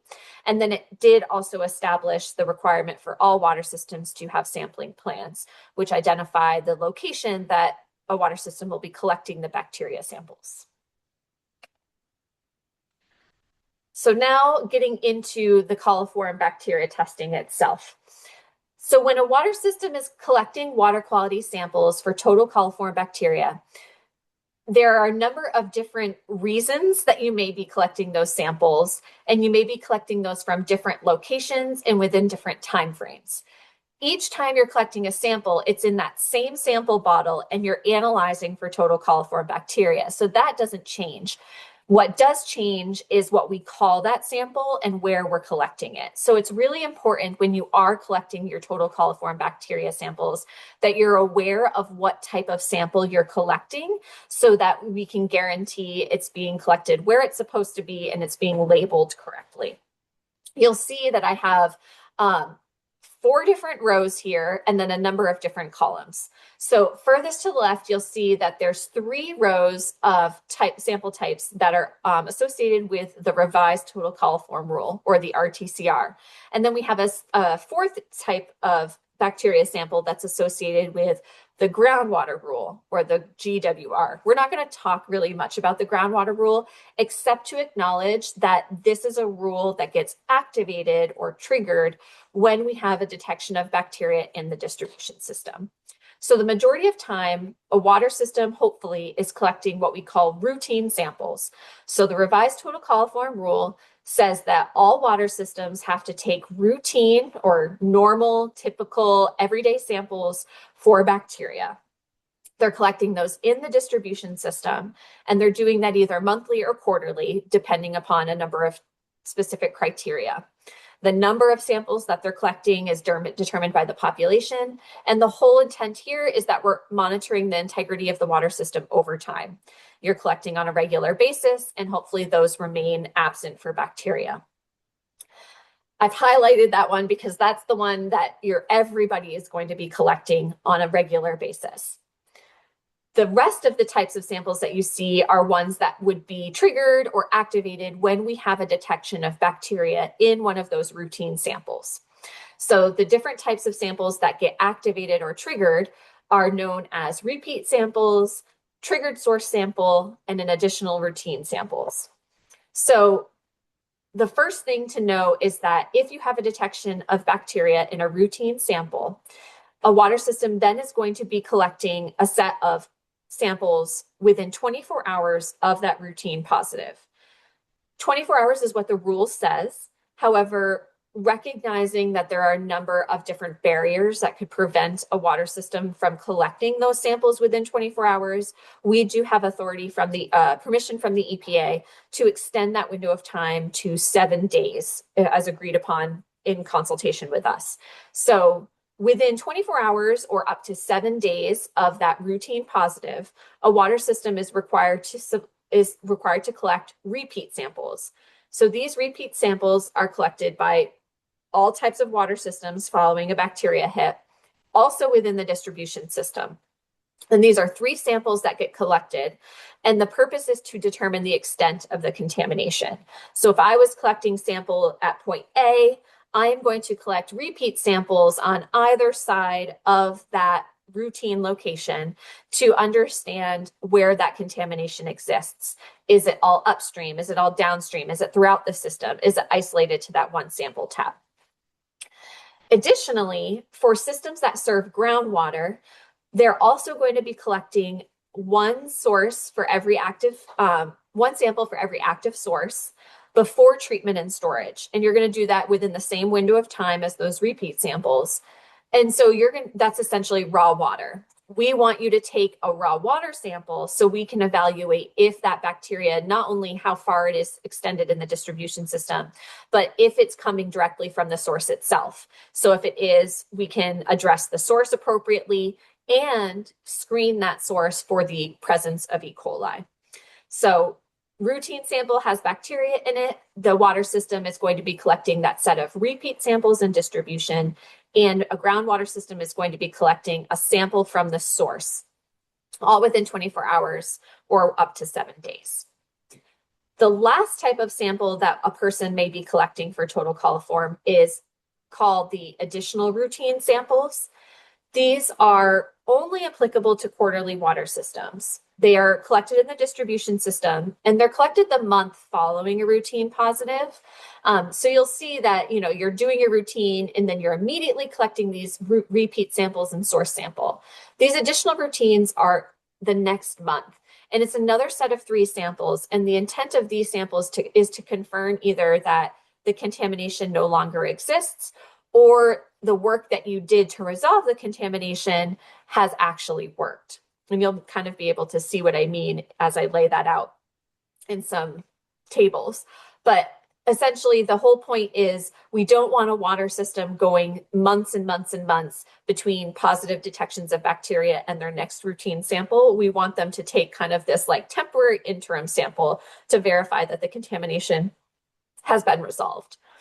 It's important that anytime a water system is collecting samples within their distribution system, that you're taking those samples at the locations in the coliform sampling plan. When we review that plan, that's part of it. We're going to evaluate that those locations actually make sense and are representative of the water system. So diving in a little bit more to specifically those routine samples, these are the samples that a water system collects regularly, ongoing. When do these water systems collect routine samples? That is going to be dependent upon your system type. So TNC and TNC are community. It's going to be dependent upon source water type. So are you serving groundwater or surface water? It's dependent upon your population, and then it is dependent upon your compliance history, or about like what have your samples been in the past and have you been collecting them as required. So in Vermont, we have 2 sampling frequency structures. We have water systems that are sampling monthly, and we have water systems that are sampling quarterly. Systems that are sampling monthly include community water systems. So regardless of any of the other criteria that we just discussed, if you are a community water system, you sample monthly. All surface water and GUIDI systems are sampling monthly. All TNC water systems that are designated as seasonal are sampling monthly during those months of operation. And any system that has a population of 1,000 people or more. Those are sampling monthly, and they will always sample monthly. That's what your monitoring schedule will say, and you don't really have to worry about that changing. There is a group of subset of water systems that do have the ability to sample quarterly. And so that's going to be focused on our non-community systems, those NTNCs and TNCs that serve groundwater, are open year round, and then serve fewer than 1,000 people. So basically the opposite of everything under this monthly category. These are authorized to sample quarterly unless they're triggered into monthly monitoring based upon some conditions that I'll show next. In terms of the number of samples that you're collecting per monitoring period, for any population up to 1,000, the water system is collecting 1 sample, either quarter or month, based upon the conditions to the left. When a water system has a population of 1,000 or more, they are going to be collecting 2 or more samples per month. So obviously we're going to go up to say here we have 50 samples for a system with up to a population of 50,000. Most of our TNCs, almost all of our TNCs and NTNCs are collecting 1 sample, whether it's quarter or month. We only have a few that sample more than that. I believe up to 2, 3, and 4 based upon their population. And these are specifically ski-based lodges that have really high populations during that focused winter ski period. So a non-community water system, a TNC or an NTNC, is authorized to sample quarterly until or unless they trigger into monthly testing.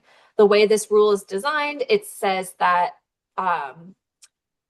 monthly testing is kind of considered baseline, and quarterly is considered reduced. So in order to stay on quarterly sampling or reduced sampling, you have to continually satisfy criteria. And if you are unable to satisfy those criteria, you're required to return back to that baseline or monthly testing, at least for a period of time. So there's 5 triggers that could move a water system from monthly to quarterly. We'll talk about these in a little bit more detail, but essentially a water system, what this all represents is a water system that has ongoing bacteria problems and or failure to collect samples as required. So if a water system is missing their routine samples, at least 1 in the last 12 months, and if they've had bacteria problems within the last 12 months, so they've triggered assessments or they've had E. coli, those would be triggers to go to quarterly testing. Additionally, a water system that may have had some bacteria problems and has done an assessment with us, which is an inspection, if they fail to correct the problems that were found or notify us that they've been corrected, that is also a reason to trigger into monthly testing. So it's really focused around ongoing bacteria problems or ongoing inability to collect samples according to your monitoring schedule. A water system that has been triggered into monthly testing is able to return to quarterly testing as long as they satisfy 5 criteria here. So the very first criteria is the issue that triggered the system into monthly testing is corrected.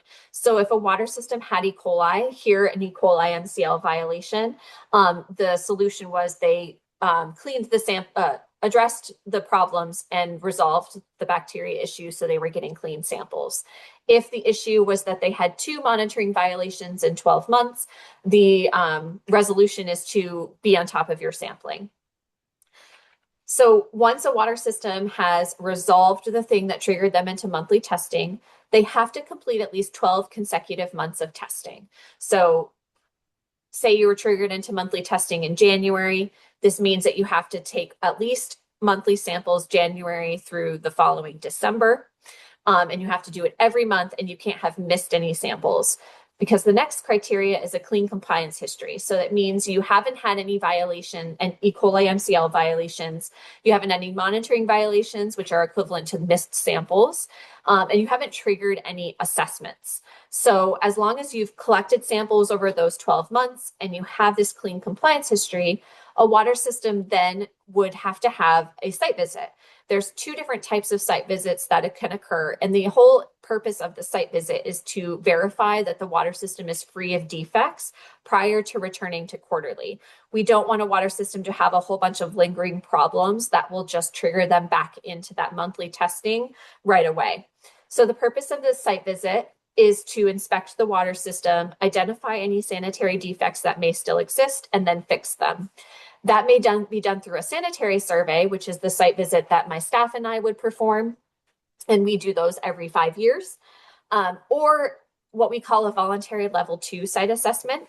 So if a water system is in between those sanitary surveys, so say you're at cycle year 3, and you do not want to wait until we're going to be coming out to do a sanitary survey, the water system may choose to pay one of our approved contractors for a level 2 site assessment. That contractor would come out, they would do a walkthrough in the same way that we would if we were coming out for our survey. inspect the water system, identify any issues that were found, and then the water system would communicate back to us that those were fixed. So once those have been fixed, the last criteria is that we verify that the water system has a protected source. And so for our TNC water systems, that simply means we verified that they don't have surface water influence in their source. For an NTNC water system, that means they have a current source protection plan update. The way I really encourage systems to manage this is as soon as they're triggered into monthly, put on your calendar those 12 months of set testing. Be very on top of those 12 months. Make sure you get at least one sample per month. Once you're reaching that 12 months of samples, that's when it's a good time to schedule that sanitary survey or assessment, to have that site visit, have somebody come out and do that work. I recommend waiting until near that end of the 12 months, because if you were to have a bacteria hit afterward, it doesn't count. So essentially you wait, you do that site visit kind of at that very tail end of the 12 months, get that clean bill of health, and then request to us to return to quarterly testing. We evaluate all these criteria, and then we would grant that approval. It is up to the water system to track this information. We obviously have the information in our records and we can look it up and we can verify, but I'm not proactively reaching out to a water system and telling them when they qualify for that return to quarterly. It is up to them to reach out to me proactively to make sure that they're meeting the criteria. Certainly, if we go out for our site visit for another reason, we'll bring it up and discuss it. And this is something that sounds rather complicated, but it is absolutely feasible. We have a number of systems that have done that. So the question is, even with the level 2 assessment, I would still need the 5-year assessment as scheduled. Yes. So I think what you're asking is, say you wanted to return to quarterly testing, but your survey wasn't for another couple of years, you could pay for that voluntary level 2 to count to return to quarterly. Your sanitary survey would still occur on that 5-year schedule whenever it was due. So if you had a survey in 2020, for instance, your next survey was 2025. If you were in 2022, you could pay for the level 2, get back to quarterly, and then we would come back out for your survey in 2025. Cool. Okay, so then looking now a little bit more deeply into those repeat and source samples, now that we know when water systems would likely be doing their routine samples and under what situations they'll be doing the different frequencies, this now dives into that water system that has had a hit of bacteria. So regardless of how often you're doing your routine samples, when you have a detection of bacteria in a routine sample, the same things apply to everybody. So the first thing is that you're going to do your repeat samples, and this applies to all water systems. And again, these are the samples you collect within 24 hours or up to 7 days after that positive notification of that positive. So if we get notification on a Monday that the sample you collected on Friday was positive for bacteria, we're going to count out from 7 days from that Monday. And we're going to say by X day, please collect your repeat samples. These are going to be 3 samples for each routine positive sample that you had. So if you had 1 routine that was positive, you're going to take 3 repeats. If you had 2 routines that were positive, you're going to take 3 repeats for each routine, which equals 6, so on and so forth. Those are collected within the distribution system, and they're collected according to your sampling plan. The idea being you're going to collect 1 of those from the original routine location that was positive, and then you're going to collect 1 from 5 connections upstream and 5 connections downstream, which we'll discuss when we're talking about the sampling plans. But the idea is that you are collecting samples from that same location and around that location to gather information about the extent of the contamination. The systems that serve groundwater are going to be also collecting that sample directly from the source within that same time frame, within 24 hours or up to 7 days. So really you're collecting like all 4 samples at one time. It's just very important to make sure you label the repeat samples as repeats and the groundwater sample as a groundwater sample. And it's 1 sample for each groundwater source If a water system has 7 active groundwater sources, we would notify them of the requirement to collect 7 groundwater samples. Most of our systems have 1 groundwater source, so it would be 1 sample. We would be communicating that to you appropriately in our correspondence. And again, this is directly after the source, before treatment or storage. The intent is to evaluate if there is E. coli in the source, because if there is, a lot of additional things get triggered. But also for your information, because if you have bacteria, just coliform bacteria in your source, it does inform you where to direct your corrective actions.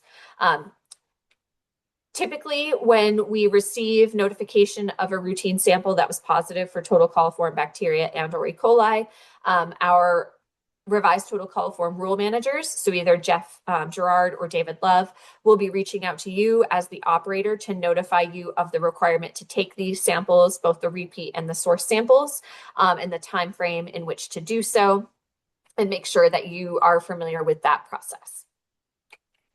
So what would this look like on a calendar, for instance? So like I said, on Monday, our office, we come in and we see results from the sample you collected on Friday saying that it was positive for total coliform bacteria. We would reach out to you, meaning Jeff or David would be reaching out to you via email to say, no later than Monday, you're going to collect your repeat samples and your source sample. So during that time, you'll collect those samples and submit them to the lab, and we'll receive the results, and we'll go from there. If you have not collected those samples, so say we get to Tuesday and you haven't collected those, under the revised total coliform rule, failure to collect all the repeat samples will be considered an assessment trigger, which we'll talk about. Under the groundwater rule, if you did not collect that source sample, it actually results in a monitoring violation. So at this point on this Tuesday, if you still haven't collected your repeat samples, you're going to be notified you're going to have to do an assessment. And then you're also going to be notified that you have a monitoring violation and you need to collect a source water sample as soon as possible. So how do all these additional routine samples come into play? Again, these are that other kind of sample, but that is applicable to just quarterly systems. And these samples are collected the month after the routine positive. It's 3 samples that are also collected in distribution. And so to best understand this, I think looking at the calendars makes a lot of sense. So again, we're looking in the first month. On this day, we're notified of the routine positive. You're required to collect those repeat and source samples within 7 days. If we reach the 8th day, it's a trigger for an assessment and it's a monitoring violation for that source sample. Within this month, maybe all your samples were clean. If they were, that's excellent. Hopefully that's because there actually maybe wasn't any contamination present. In the next month, that water system then has to collect 3 additional routines. So these would be collected anytime during the month, typically on the same day, within the distribution system. And so the idea behind these samples is that you're going to verify that either you really did not have any bacteria in the water system the month prior, or if you did have bacteria and say you did an assessment and you found and fixed a problem, that find and fix actually worked. And so you hopefully are going to have clean samples in month 2. If we're kind of putting that all together visually, when we're talking about those quarterly systems, I think it's best to emphasize here. So month 1 was when those routine sample was collected and then those repeats and triggered source sample. And month 2 is when that water system collects those 3 additional routines. This is really important because under a quarterly schedule, a water system could choose to sample in month 1 for their first quarter. And then in the second quarter, they could choose to wait till month 6. So if these additional routines weren't required, we could have a span of up to 5 months, essentially, where a water system doesn't know if that work that they did in the first month actually resolved the bacteria.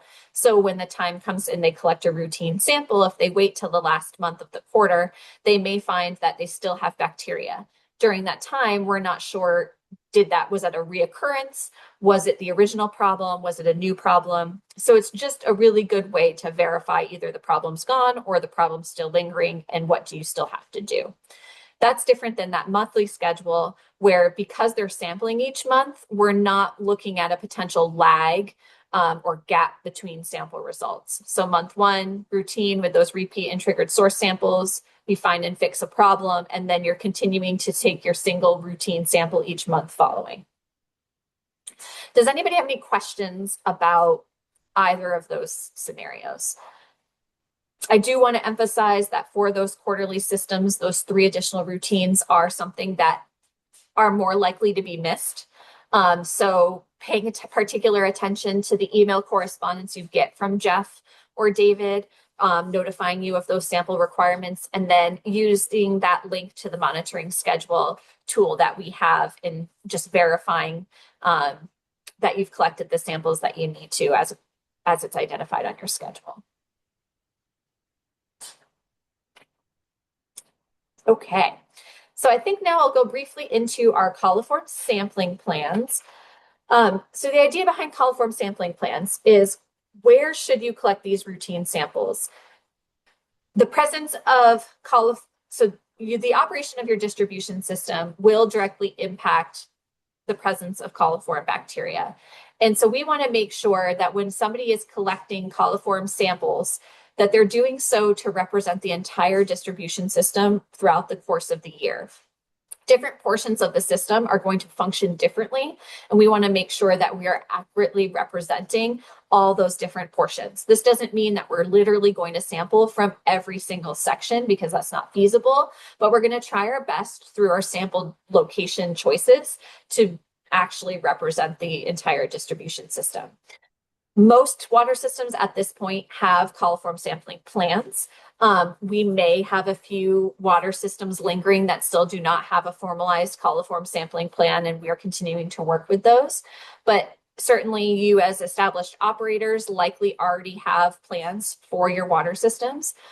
So if those plans are working, that's great. There really isn't any reason to change those plans. However, when we go out to do sanitary surveys, one of the things that we're required to do under the rule is what they call a sample site evaluation, which essentially is, let's look at your sampling plan and then let's look at what you've actually been doing over the past 5 years. Do those match? Have you actually been sampling at those approved locations? And then also, has the system changed in such a way that means we need to change your sampling plan? Have you removed portions of the distribution system? Has the system expanded? If so, do we need to add more routine locations, or do we need to change those routine locations? So that's a conversation we're going to have at the survey. Therefore, it's still a good idea for you as an established operator to be aware of the how and the why behind the approval of these plans. So as a reminder, good locations for routine samples: population centers, areas where water is frequently used, trying to capture all different types of distribution legs.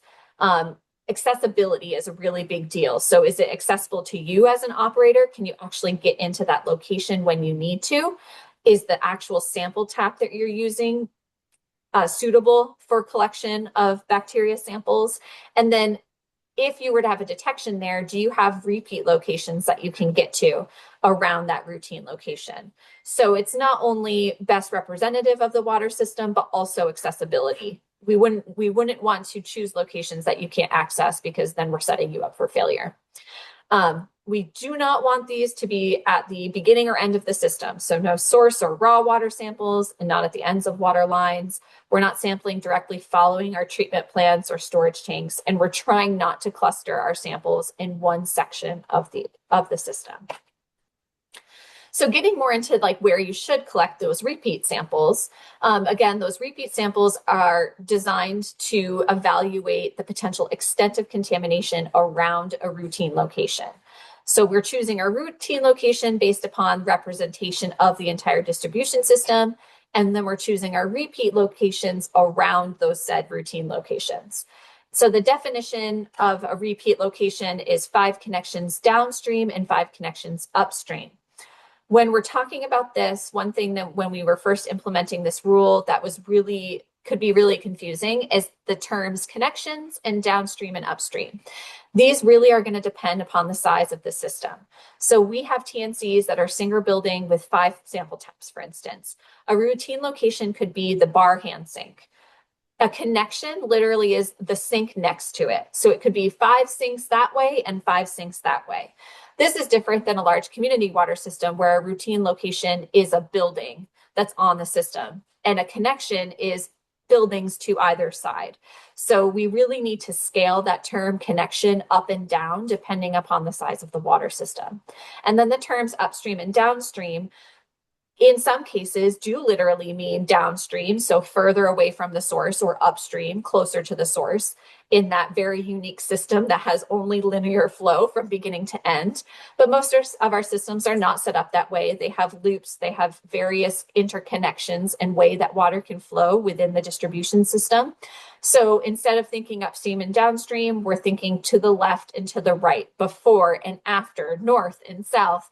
What other terms you need to use to kind of visualize that we're trying to capture water around that routine location. So when we're looking at our TNC water systems, we have a couple examples here. The map on the left was a campground, and so each of those X's represents an RV hookup. If their routine location is site 8, because that was the center of that distribution line, their repeat locations would be 5 connections upstream, so sites 2 through 6, and then 5 connections downstream, which could be sites 9 through 14. So in those instances, we are looking at before and after. For a motel building like the one on the right, the rooms are considered the connections rather than the actual RV hookups. So here, room 18 is center. So upstream or before would be 15 through 17, and downstream could be routine locations 19 or 20. So you can see how we're applying those terms differently depending upon the extent of the water system. And then really emphasizing the importance of sample taps. I always want to describe to systems that there's a spectrum of sample taps. We have a absolutely no, do not use. We have perfect, and then we have a ton of messy in between. And so mostly we're looking at that messy in between and trying to decide, is this suitable for your purposes? So obviously on the no, you do not want to be using sample taps that are not used for potable use. So no tub faucets, no shower heads. You might laugh, but we've seen those. So obviously you're not sampling from there. And then you're obviously not going to be sampling from a location where the faucet is not sanitary, it's broken. This one is cobbled together with duct tape, it's leaking, it's covered in moss. You know, for all the reasons you can see there, that's not a sanitary sample tap. You're not going to sample there. On the very other end of the spectrum, we have kind of that perfect ideal scenario where you have a designated sample tap that is used only by the operator for water quality testing purposes.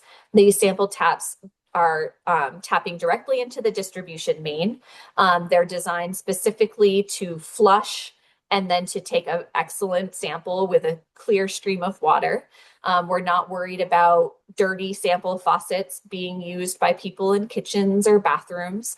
And then they're accessible for operators when they need them. We have some systems in Vermont that have these, but it's not very common. Most of the time you're seeing the faucets that are in the middle. So we have faucets that have separate hot and cold controls with exterior threading on the faucet head that can be easily flushed. These are great. These are kind of the ideal scenario that we see in our small systems. We also see faucets like this where they have one single lever and they might have an interior threading with a aerator on the inside. These can also work. These might be a little bit more difficult to clean. They may be more difficult to get the aerator off and to get a sample that's strictly cold water. So things you can do, make sure you're adequately cleaning. Maybe you shut off the hot water underneath the sink to prevent any hot water intrusion into your sample. But both of these are fine. Similarly, we have TNCs that are campgrounds. And so by nature, those faucets, those points of use of water are all outside. So where I would tell a standard TNC with a building, don't sample from your exterior hose bibs. A campground is literally only going to have exterior hose bibs. And so in that case, it's making sure that, again, your locations are accessible to the operator. one thing I've recommended is people will tap into the same line that an RV connection is, but instead of trying to disconnect the RV for sampling, you might tap off for a separate faucet that you use solely for sampling. Here is a smooth nose faucet. A lot of our state parks have these sorts of faucets where they're spring loaded to prevent people from leaving them running. In these cases, propping that open so you can get an adequate flush is something that you'll have to do, but it also is feasible and it's useful within this realm, this messy middle. I always err on the side of like, don't feel like you need to replace your sample taps unless you feel like you need to replace them, right? If we get to the point where we're pretty confident that your faucet itself is the reason for that contamination, then by all purposes, go ahead and replace it. But it's not typically something we're going to default to. But we are going to recognize that a lot of times faucets are not installed for the purposes of sampling. So putting this all together into the sampling plan, this is a screenshot of kind of the master sample table in our sampling plan form.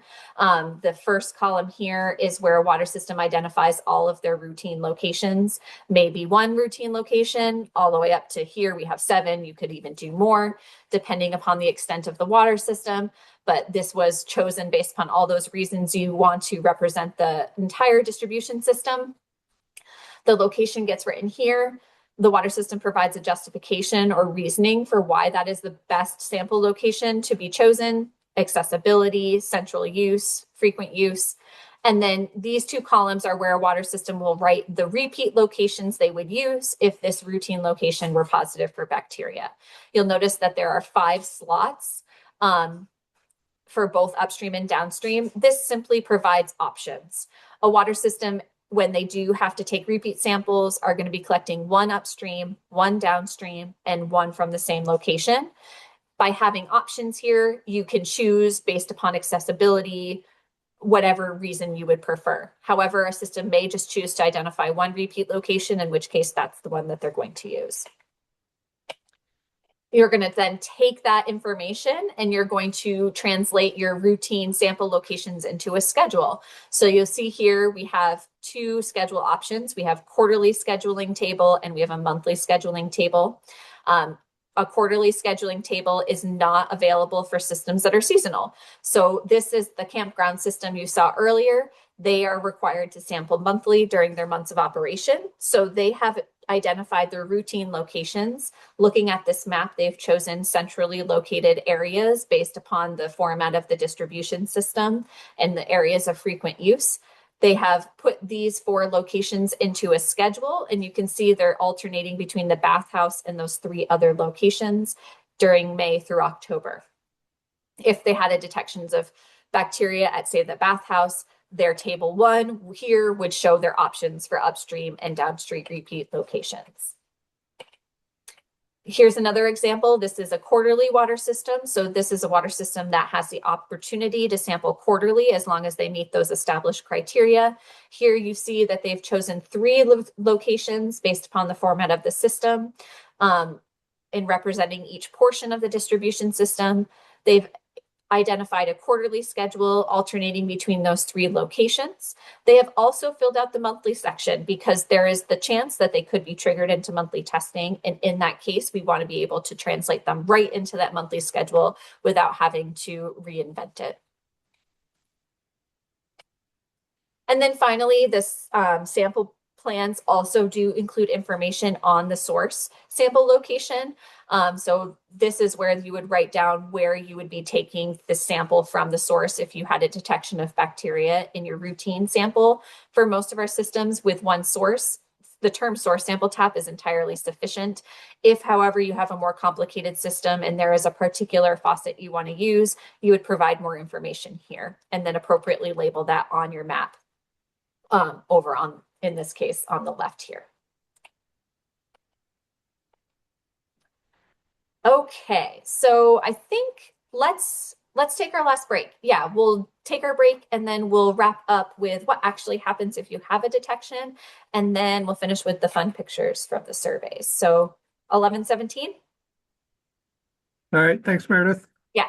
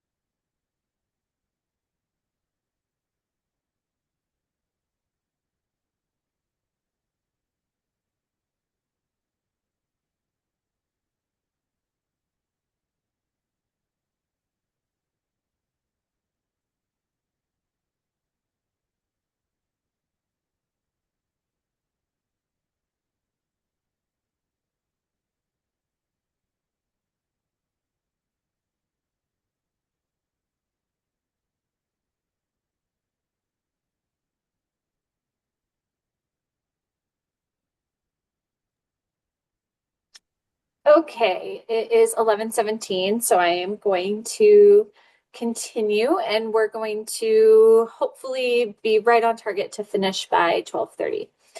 So we've talked all about the routine requirements for sampling for total coliform bacteria and the repeat samples, the source samples, and the additional routine samples that would be triggered if a water system has a detection of bacteria in that routine sample.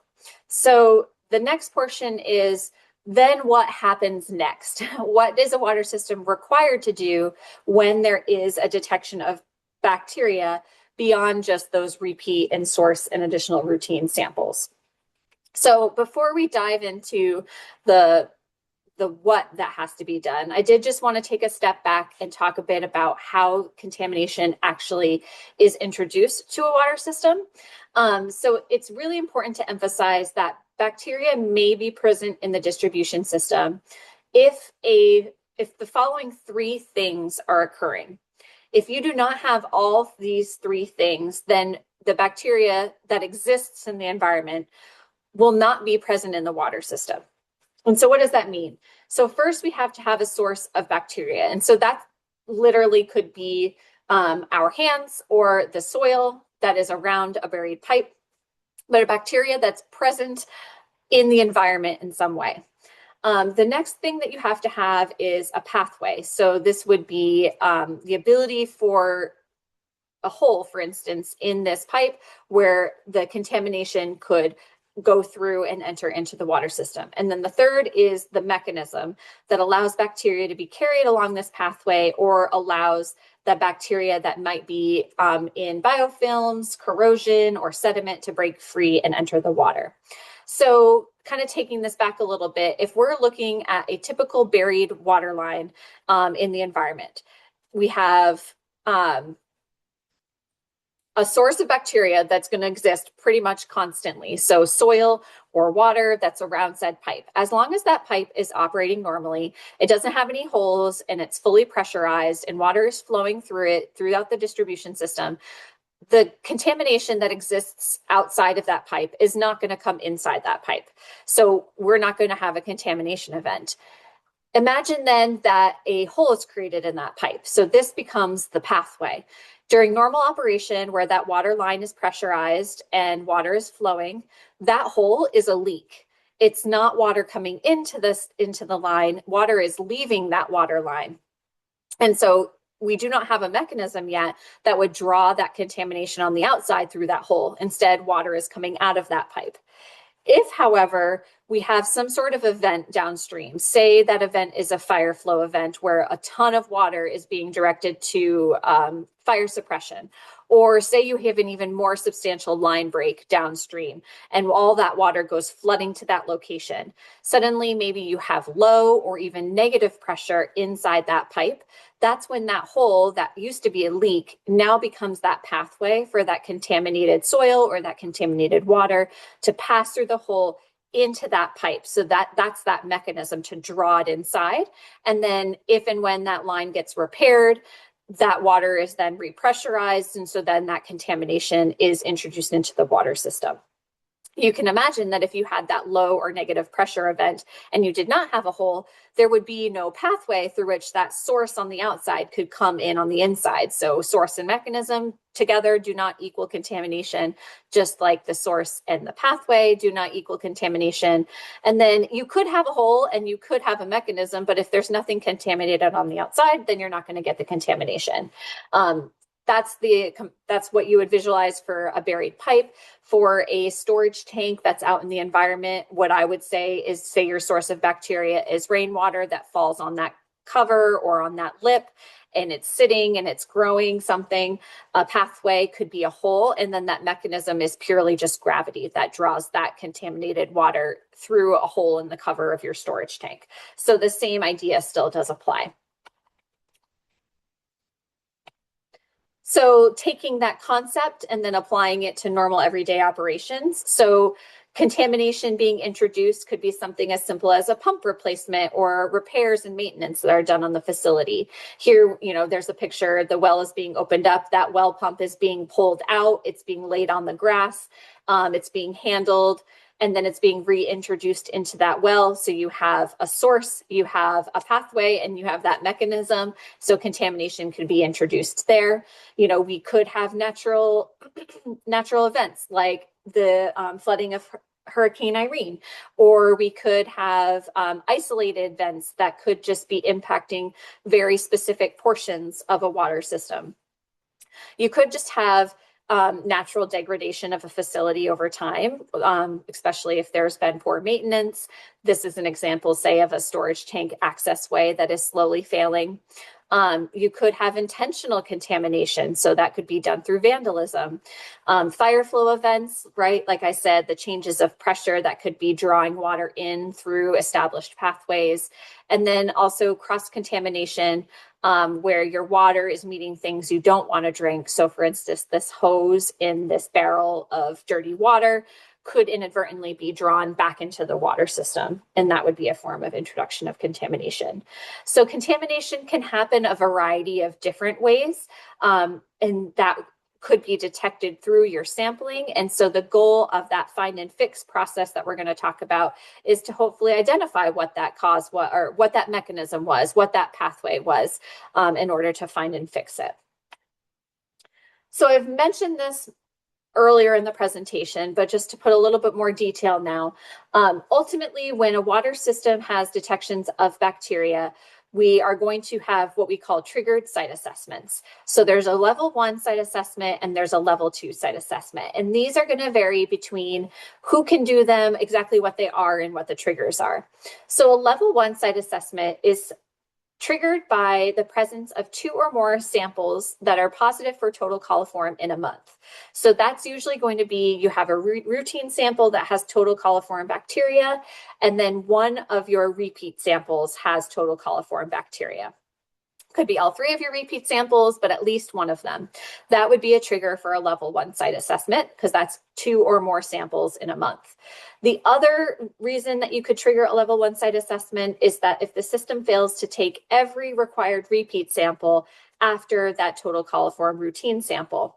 So you're required to take 3 repeats. If first, the water system fails to collect them all together, so say you don't collect them within those 7 days, then you would be in a situation where you're triggering a level 1 site assessment. Maybe you collect all 3, but they exceeded the hold time. That could be a reason to trigger a level 1 site assessment. Maybe you collected all 3, but one of them leaked in transit, and so there wasn't enough volume for the lab to analyze. All of those scenarios are, we do not have results for 3 repeat samples, so that is a trigger for a level 1 site assessment. In that case, either Jeff or David, depending upon the type of system you are, would be reaching out and say, based upon this occurrence, you have triggered a level 1 site assessment. And so the certified operator of the water system will be doing a level 1 site assessment. This is a 2-page form, that, like a front and back form, that walks you through the system and prompts you to evaluate each of the different components and hopefully identify sanitary defects that could have led to that contamination. It has to be an individual with the same class certification or greater than the water system. So if it's a class 1B system and you're a class 4 operator, you can do the level 1. But if you are at a class 3 system, a class 1B operator could not do the assessment. The idea was that the operator will walk through, complete the assessment form, and then submit it back to the division. A level 2 site assessment is the same thing, just a little bit more involved. So instead of the certified operator doing the assessment, it is done by the state. So myself or my team or Matt's team or our approved contractor. And this is done either if a water system has had more than one level 1 trigger in 12 months, or if it's an E. coli MCL. So an E. coli MCL being the presence of E. coli in at least one of those samples, that would be the reason to go directly to a level 2 site assessment. And while the premise is the same, the form that we're completing is a little bit more involved, a little bit more thorough than what that level 1 site assessment is. And like I said, it is done by a separate individual than who did the level 1 site assessment. So this is an example of a completed level 1 site assessment form. If you've done one before, this should look familiar. General system information gets put at the top, and then each of these gray areas represents a section of the water system and something to investigate. So the first focuses on changes or events, sample sites and protocol, the source, treatment, storage, and distribution. You go through, and each question has a yes, no, or not applicable. Based upon your response, you'll circle the applicable choice, and then move through and investigate each of the system components. Now, some of these might not apply to you. So if a water system doesn't have any treatment or doesn't have any storage, for instance, they would circle not applicable. That way you're not investigating something you don't have. But once the system has gone through each of these items, they're then going to take section 7 and provide a more detailed description of those findings. So specifically, this one says yes to plumbing or piping modifications or improvements. If I'm reading that as a reviewer, I'm not quite sure what you mean. That could represent a lot of different things. And so section 7 is where you take the opportunity to say specifically, facility staff replace the bladder tanks. And in this case, they didn't perform a shock disinfection following the replacement of those tanks. So that plumbing modification, opening of that system, very well could have been the reason why contamination were introduced into the water system. So they're going to disinfect the water system. The next section, section 8, is where you write the date that you've done the work and then describe what the work is that you've completed. There's always the chance that you may not be able to get the work done within the specified amount of time. And if that's the case, rather than specifically saying when the work was done, you would put a specific date by which you'll do it. So a lot of the examples we use is if you have to order something or if you have to schedule labor by somebody else and it doesn't arrive in time or they're not available within the allotted amount of time, then you would put the proposed date and explicitly what you will do by that date. Finally, the operator then signs off on it and then submits it back to us for review. The level 2 form, I'm not going to show you an example of the form itself because it's just a lot of expanded versions of those same questions. But ultimately, what we do is we go through that form and we fill it out as we go through. And then we come to this section, which is known as part 2, where we provide a summary of the items that were found here. So crack and well cap, storage tank cover and riser are deteriorating. We provide a list of the corrective actions that need to be performed in response to those found defects. And then we'll send it to the water system. The water system will then do very similar to what was before. They'll write the corrective actions that were done and they put the date. So in this case, the well cap was replaced on this date. And then if the water system needs more time, so in this case, the storage tank cover and riser are deteriorating, but they needed to order parts, then the proposed timetable was by October 31st. So you can see here where this part was done, but this part was not. And then they made sure that they submitted the form by the specific due date.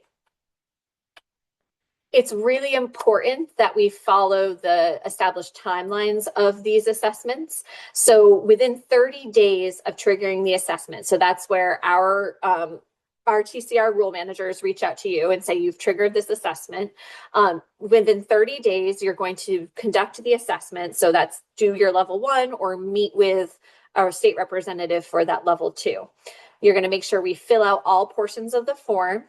And then we're going to identify whether the defects have been corrected and what dates, or propose that schedule for the correction, and then submit the form back to the division. So in this case, if the form was due by October 5th, they would have put this as a proposed due date. It's not done yet, but it will be. They've signed it and they've submitted it within the deadline. We then will create a schedule for those remaining items, and then the water system will reach back out to us when those items are corrected. It's important that a water system is meeting this timeline, A, because we're trying to resolve that bacteria contamination. And so the longer we wait, the longer that contamination may linger and may pop up in future samples. We also do want to make sure that any of the repairs or corrections that are done are following best management practices and they're not temporary. That's why we have this nice no duct tape, because certainly there's a time and place for temporary repairs, but for the long term, we want to make sure what's being done is actually not going to cause more problems in the future. We could have a scenario where a temporary solution, for instance, if your well's electrical conduit was cracked and the ground is frozen, so it's not necessarily feasible to dig that out and replace that conduit line. Instead, you might wrap it with duct tape until the ground freezes. And then once the ground thaws, then you would put in the permanent repair of that conduit material. That would be a great example of the use of a temporary repair. So kind of coming back to like that big picture, a lot of everything we've talked about is like tiny details. It's what do I have to do? When do I have to do it? How do I make sure I've met this requirement? I want to be on time. Like it can be very easy to get all caught up in the like all of those small details that have to get done to comply. But just kind of bringing this back to that big picture of like, why does this matter? Ultimately, our goal is public health protection. That is our mission as our division. That is the purpose of the water supply rule, of the federal rules. And so all of this is designed to make sure we're protecting public health, the health of the users that are drinking this water. And so following these timelines, taking these samples, doing the corrective actions is all with that in mind. I do want to acknowledge that that's not always the sole motivator behind, compliance or following through on the required actions. While I'd like to hope that everybody intrinsically values public health protection above all else, other implications that could arise if, these timelines aren't met or the sampling isn't followed through, definitely the risk of increased monitoring. With the presence of bacteria in samples, you're doing more repeat samples, more source samples. And so that represents increased monitoring, which is increased time for you as the operator and increased cost for the water system itself. Certainly, if we were to encounter findings of the water system that were a significant risk to public health, we could end up with boil water notice or do not drink for the water system, which could impact the ability for the users to access water and can definitely degrade confidence in the water itself. When things aren't done according to the appropriate timelines or work's not completed, public notice becomes something that's required, which is associated with generally the public's right to know about the quality of their water. And public notice can be something that folks don't like to put out because, again, it's sharing information with users that could undermine their confidence in the water system. And then violations, just the presence of violations on the water system's record. Under the EPA structure with all of their federal rules, when a water system receives a violation for failure to do something or for water quality results that are out of compliance, they get points. And if a water system continues to accumulate points because they continue to fail to do something, they become a top priority for the EPA. And the EPA starts to ask what we're doing about it, and they may even take control. And that's when a water system might find themselves facing enforcement action, civil action, financial penalties, that sort of thing. And we don't want to go there. That is absolutely not our goal, but it is a potential implication for a failure to kind of disregard the information that you're given and the actionable items that you're required to perform. Kind of, again, just linking back to that public perception concept, especially when it comes to like TNC water systems, I like to emphasize.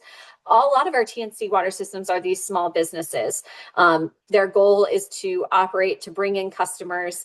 The last thing that we want is for that like the presence of bacteria, for instance, to show up in a search for the water system. So this was a zip line attraction years ago that had E. coli in water sources and a bunch of people fell ill. Certainly, if you were to Google this zipline attraction, you'd probably come up with this news article nowadays. And so that's not really what you want to advertise your business. And this is definitely a worst case scenario, but it's certainly something that could be an outcome. So again, just bringing that back to the idea of public health protection and why that does matter. Doing a little bit more detail just for folks' awareness, because I did mention them. We do have scenarios where water systems may be required to implement boil water notices or do not drink notices. Boil water means that the water needs to be boiled, or you need to provide bottled water prior to consumption. And that's typically going to be focused on bacteria issues. So say a mouse was found in a storage tank, for instance, or say a certain kind of treatment was not working well and not adequately removing bacteria, they might have to implement a boil water notice. So I do want to emphasize that we do not require water systems to boil their water just in response to the presence of the total coliform bacteria. That is not a reason to boil. When would it be a reason to boil your water? E. coli, MCL violations, so essentially the presence of E. coli. Or if you have initial results, so a routine result that has E. coli in it, but you can't get samples within 24 hours, that's a situation where we want to have somebody boil their water until we can get those results to determine if that E. coli truly is there. And then there's just a bunch of operational issues, and these are often more motivated by the water system notifying us. So if operational issues are occurring, such as pressure drops, pressure loss, failure of distribution system integrity. So you think of like a municipality that has a water leak and they have to shut down a section of line for repairs. They might put a section of a neighborhood on boil. If a water system has to use an unapproved source for some reason, maybe they had failure of their existing well and they're switching to their backup well, but we don't have water quality results. Maybe they have surface water treatment, but that treatment's not working effectively. Or another thing would be maybe you had to bulk water haul and there were certain procedures that you weren't able to follow during that time. You may need to implement a boil water notice. And then finally, the broad catch-all is like following findings in an assessment or a survey. So if we were to find something that is quite scary, the dead animal in the storage tank is the classic example, we could require the water system to implement a boil water notice. We do have a policy available on our website if anybody's interested, and we do have specific public notice templates that would be required in these instances. Do not drink is used much more sparingly, and this is a situation where you would not be boiling your water, because boiling the water could actually exacerbate the issue. So in this case, the water system cannot consume the water. It can be used for washing hands and showering and that sort of thing, but it should not be used for consumption. So this is typically when we have elevated contaminants that would be concentrated through boiling. So nitrate, uranium above the MCL, manganese above this health advisory, if we had cyanobacteria in our surface water systems, or if a water system was using an unknown or unpermitted source of water where we didn't have baseline chemical data for. We also have this do not drink policy on our website. That's also available, and we have very specific public notice language in these instances as well. Very occasionally, water systems might have to bulk haul. So this means that you're purchasing water from a bulk water system or a community water system, and usually depositing that water into your storage tank. This may be because your well pump failed and you need to continue to provide water. Or maybe there's contamination in your water source and you want to continue to provide water through your distribution system. So it's temporary. This is considered an emergency source of water. This is not considered long-term. The water must be purchased from, like I said, a community system or a bulk water system, and they must be using equipment dedicated to the potable water. Cannot be a milk truck, for instance. The water that's delivered must contain a free chlorine residual, and the water system should be able to maintain that residual in the distribution system, whether that's through a refreshment of that bulk water or introduction of chlorination into that water itself. And then we do need to be notified when bulk water hauling is being performed, and we have a form available for folks to fill out there. Other things just to be aware of, like I did mention, public notice is something that might pop up when a water system needs to notify its users of something. So during a boil water notice, like we mentioned, or a do not drink notice, there is specific language that would be posted or handed out to users. If a water system violates a federal regulation, there is standard public notice language that gets provided along with that violation. Our community water systems have to complete that consumer confidence report annually. And that includes information about their operation throughout that past year. And then water systems are required to also notify their users of uncorrected significant deficiencies identified in a sanitary survey.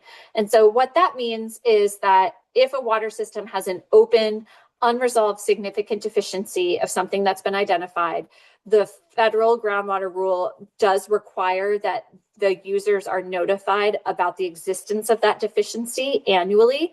That notice is not prompting you to fix it. Certainly you have to fix it under the other frameworks, but it's simply a notification tool. So that is something that water systems are required to do as well. Just for awareness, there are violations that are related to assessments, particularly the first one is called the coliform treatment technique violation. What this means is that a system did not do the assessment that they were required to do, or if they were required to correct sanitary defects, but they didn't do it within the time frame, that would be considered a violation. And then a reporting violation would be if the water system just failed to submit the report. Typically, if you failed to submit the report, we also don't know if you corrected the defects. So those violations kind of come as a pair. Yeah, so that's a lot of broad information about how assessments get triggered, what a water system is required to do in response, and the potential implications for not following through.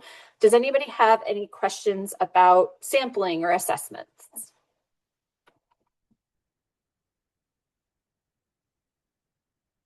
Okay. So final section is all about sanitary surveys. So we're kind of shifting gears. We've been spending a whole bunch of time talking about sampling and bacteria specifically. Now we're going to talk about these sanitary surveys. So if you remember from the beginning, all water systems have to have sanitary surveys. Sanitary surveys are a visual inspection of the water system that are done by state staff, so my team and Matt Hunt's team, on a routine basis. So for non-community systems, it's every 5 years, and community systems, it's every 3 years. The federal groundwater rule is what requires us to do sanitary surveys at groundwater systems, and then their surface water treatment rule requires surveys at surface water systems. But in either case, we're required to evaluate 8 components of a sanitary survey.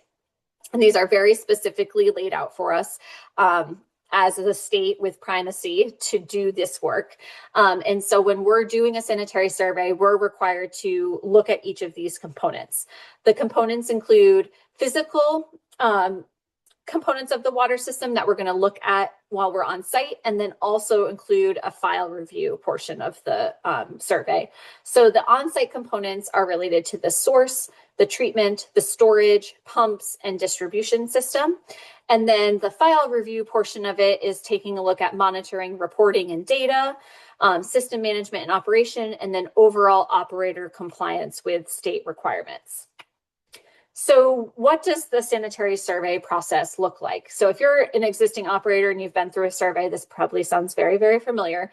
But if not, what can you expect? So Matt and I, being the supervisors of the 2 operations teams, we are continually looking at the systems records that we have available, and we're looking at when the most recent survey was done, and then we are looking forward that 5 years. So for me, I'm going to look at to the 4.5 to 5 year time frame for a water system when the next inspection is due. I am going to assign those surveys to a member of my staff or myself. Matt is doing the same thing, but he's looking at that 2.5 to 3 year window of time. I'm going to give them a list of the systems they have to schedule a survey for and the general time frame that they have to do it or when it has to be done by. The staff member then is going to reach out to you as the water system operator. They're typically going to start in email. We find that it's the easiest. So we'll start by emailing you with a few different dates, letting you know that the survey is coming up. If you're able to respond, you'll respond and say, great, I choose this date and time, or, oh, none of these work, here's some other alternative dates and times. If we don't hear from you via email, we will follow up via phone. But the whole goal again is to get that survey scheduled. Depending upon the size of the system, the complexity, a survey may take anywhere from 15 minutes in some cases, or to several hours. Again, it depends upon the system itself, how much you want to talk about, the types of questions people have. But generally, we'll make sure that we have that idea in mind when we are scheduling, so we can give you a heads up about what amount of time you should block out for the survey. Phase 2, while we're waiting for that survey to actually occur, we strongly recommend that the water system representative, so that's you as an operator or the water system owner, goes out and actually does your own visual inspection of the water system. That's just because there are just a number of things that we typically find during inspections that are kind of part of just normal everyday wear and tear. Thinking like a cracked conduit for your well because the lawnmower hit it, or loose bolts or missing bolts on the well cap, or the storage tank cover not quite being set, or mowing out around the storage tank overflow. Those are all things that if we were to come across them during the survey, we're going to be identifying as deficiencies. And so if you're able to get out and do a pre-inspection, then likely you can resolve many of those issues that would have popped up. While you're doing that, we're doing our file review. So my staff and my job is to look through our available records, and we're doing basically a full deep dive into what we have on file. We're evaluating and reviewing all the existing permits that we have, and evaluating the facility information we have on file, and kind of basically creating our own understanding of the history of the water system so we can know what to expect when we arrive on site. We're not going to be experts in the water system. There's no way we can be. We have 1,000 systems, but we're going to try to be as informed as possible based upon the information we have. So we're going to try our best to understand where the system is at and maybe where it came from to get there. But certainly we're going to be arriving also expecting the water system operator to be able to fill in a lot of those gaps, provide a lot of that context, answer a lot of those questions that we may have following that in-depth file review. So when that inspection, the sanitary survey date comes, we'll typically meet on site together and we do a walkthrough of the system. Each surveyor obviously has their own flow and how they prefer to do things. I typically will start with the water system and we'll walk through from start to finish. So following the flow of water, the well, all the way to the distribution system. As we go, we talk about things we're looking at, why we're looking at it, what we've found. And then usually sitting down at the end in some way and talking through any of those administrative things. So the findings of the data and the compliance information and the operational information, answering any questions. Before we leave that survey, the goal is that everybody has an understanding of where we're going next. So certainly you might not agree with us, but at least you'll leave with an understanding of what we're going to be communicating back to you in writing. That survey letter we're going to issue to you within 30 days, and that is the written summary of our findings. It's going to identify the things that have to be fixed, and they're identified in the form of what we call sanitary deficiencies. They're going to be citations from the water supply rule that say, our rule says to do this, and this is what we found. This is how to fix it. We'll identify a date that it has to be fixed by, and then we'll send that to you. You can choose to respond and say, I propose different dates, or you can say, great, these dates make sense. And then once they're resolved, you'll notify us. That part sounds pretty logical, but we find that a lot of our open deficiencies that we still have on file are likely just because people forgot to let us know that you did the work. So as soon as you do it, let us know and we can make sure we check that off.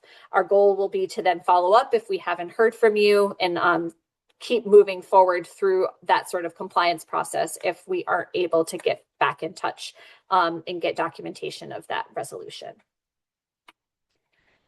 So we're going to talk specifically about what we like to see at each of those the facilities when we're doing our visual inspection.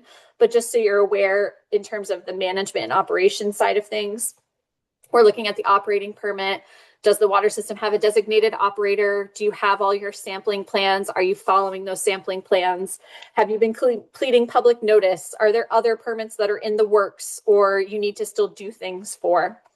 And then monitoring and reporting. This is primarily focused on the data. So are you doing your water quality testing? Do you have any questions about it?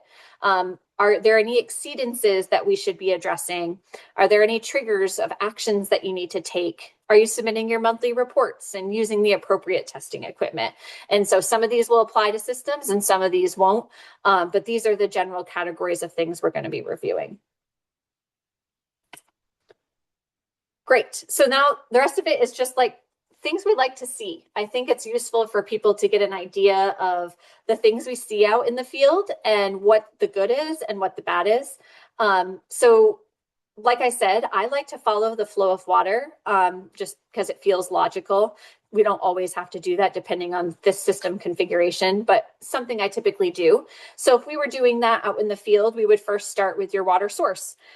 There's a variety of different types of sources a water system can have. Obviously, most of them have drilled wells. So the thing in the top left corner, these drill down into bedrock or gravel.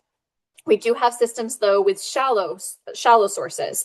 These would be dug wells or springs, so shallow groundwater. Most of these are going to be solely groundwater, but there is always the potential that those could also be under the influence of surface water, just by nature of where that water is coming from. And then we have systems that pull directly from surface water bodies. So the picture down at the bottom is Thompson Point Association, where they're pulling water from Lake Champlain. So when we're thinking about drilled wells, what do we want these to look like? What are we looking for when we're showing up on site? We're showing up, we want to make sure that the well is accessible, that the well is adequately above grade, so water's not going to be pooling around the cover. We want to make sure it has a cap, that cap is on tightly, that if that cap has vents, so for instance, in this cover, there's vents here. In this cover, it's under this mushroom knob. We want to make sure those have screens. We want to make sure that the electrical conduit for the pump wiring is secure. It's not cracked. It's tightly secured to the cap cover itself. And there's no holes in the casing sides. There's no degradation of the casing itself. So each of these are sanitary, watertight, insect proof, essentially. Most of the time when we're looking at drilled wells, it's less about is surface water getting into these, and it's more about are bugs going to get in, spiders and insects. So verifying all of those things is going to ensure that we're not getting spiders and insects inside the well structure. Bad versions of what we just saw. So these are examples of like surface water pooling or poor grading. So wells that are buried below grade, these do need to extend. The rule says 18 inches above grade, but meeting the intent of the rule so that water cannot pool around the casing cover. This one is also rather low. We did have them extend that. This is an example of a well that's in an area that is naturally wet. So we would take additional steps to do some testing to make sure that that surface water, that wetness is not causing contamination of the source itself. When we look at our sources, some of them are naturally overflowing just based upon the structure of the aquifer that the water is coming from. In those instances where the well does naturally overflow, we do want to make sure water is being directed away from the structure, so it's not pooling around the well. Basically, if you have water pooling around the well, it's going to try to find the path of least resistance, and that's usually going to be right along between the casing and the soil. And then if you have a casing that's maybe shallower, or maybe the casing is failing, that surface water may be able to get into the well without going through like that natural filtration of the soil. So we want to keep that water away from the source as much as possible. When we do find wells that have, for instance, depressions or holes or channels near the well, we do ask that those get filled either with natural soils or like bentonite clay. And then we want to make sure that the wells themselves are also not surrounded closely by vegetation, particularly woody vegetation, because again, those roots are going to try to find water, and water is around that well casing. So that's going to undermine the integrity of the casing and also create a preferred path for that surface water. Other things that we see with wells a lot of times are issues with the covers themselves. So each of these are pictures of various different problems with covers. First is covers that are actually not even secured to the casing themselves. So here's an example of frost heaving. So frost heaving is going to push that conduit up and down, up and down. And over the years, this one actually heaved up such that the cap is no longer actually secured to the casing. We have scenarios like this where we do find quite oftentimes a rope is going to be used by a driller potentially to assist with getting the pump off of the pitless adapter. And so instead of leaving that rope, taking that rope off or leaving it inside the casing, they'll have that rope extend out of the well through the cover itself. And in that case, you're kind of disrupting that seal. You know, you have a round cover, a round gasket, and then you have something poking out. So now you no longer have that clean seal. We ask that you remove that rope or tuck it back into the casing. Again, another example of frost heaving, lifting that cap up off the well. A lot of times we see cracked caps, these plastic ones especially, perfectly fine, but they do tend to weather more quickly. So you might find that they just crack because of the freeze-thaw cycle. We do have issues, you know, a lot of times with missing bolts, for instance. And so these caps are designed with bolts to create that sanitary seal. And if they're not bolted as designed, they're not working as intended. We see different styles of covers. These are examples of well seals, which just do not provide as much of a sanitary seal as these other covers that you see, the blue ones typically. So when we see those exposed to the elements, we do require those be replaced. If they're inside buildings like this one in the bottom here, these open penetrations are things that still do need to be sealed up to prevent insect activity. And then also like gaskets. So the gasket inside here is designed to create that watertight sanitary seal. Insects are stubborn and they're going to find pathways. And so here you can see that the ants had found a way through the compressed gasket to get into the well and were causing bacteria hits. Cracked conduits, disconnected conduits, these are perfect places for spiders and insects to try to crawl in. So these do need to be, I think the rule says they should extend 2 feet below grade, and then they should be secured tightly to the cover so that we're going to prevent both surface water and then just insect activity from entering in through the cap. We also want to make sure that the wires are appropriately covered from a safety perspective and not like an operator safety perspective. So exposed wires, in addition to likely allowing bacteria or insects inside, may be a safety hazard. So those need to be contained in a secure conduit. We have been seeing a lot of degradation of well casings themselves.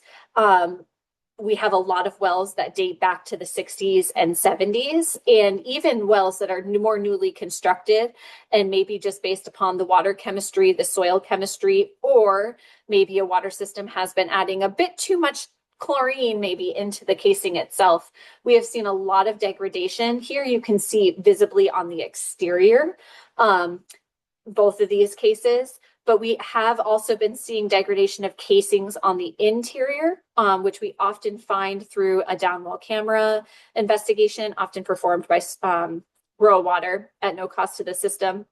But they'll put a well down or a camera down and they'll see that maybe that casing, maybe it's shorter than it should be, or it is degrading and flaking like we see here. Sometimes the option is to have a driller dig down and cut off that rotten portion of casing and they can weld on an extension. Sometimes these are not repairable. Maybe a new well would be needed. Maybe a liner is something that could be done, but we would defer to that well driller to provide, you know, their professional opinion about the best way to rehabilitate this well. So springs and dug wells, obviously these are a little different than those drilled wells. Again, the shallow groundwater you can see here. The goal here being that, again, they're secured to be to prevent insects and spiders from getting in, but also rodents. They like to come in, and then surface water intrusion. So the one on the left looks very much like a storage tank. This is a shallow, a shallow spring. Here we have a steep bank behind it, but they have modified grading so that the water does not go toward the structure. It actually flows away. We have a locking secured cover with an adequate gasket. It's adequately above grade. The seams themselves are intact. We don't have vegetation growing into them. And so here you can look on the inside, besides the grass extending over the top, visibly clear, no signs of root intrusion or spider or insect activity, and then an overlapping locking hatch. And then we do see some of these like wooden A-frame structures on some older sources. And so here it's more of an effort of making sure that that wood is sealed. It's okay that this wood is on the outside of the structure and it's not touching the wetted surface. We do want to make sure that these are adequately ventilated to reduce the likelihood of moisture accumulation and rot. We want to make sure all of those seams are well sealed. You can see how they used some caulking on the exterior, and they also reinforced the sides with some screening material. You know, these might speak for themselves, but these are forms of things that don't look so good. So this was the interior of a spring structure that was experiencing significant rot, so that some pieces of wood were actually falling into the structure. And this lining was very, very old and falling apart. They have done significant improvement work on that one. So it very much a success in rehabilitation of that structure.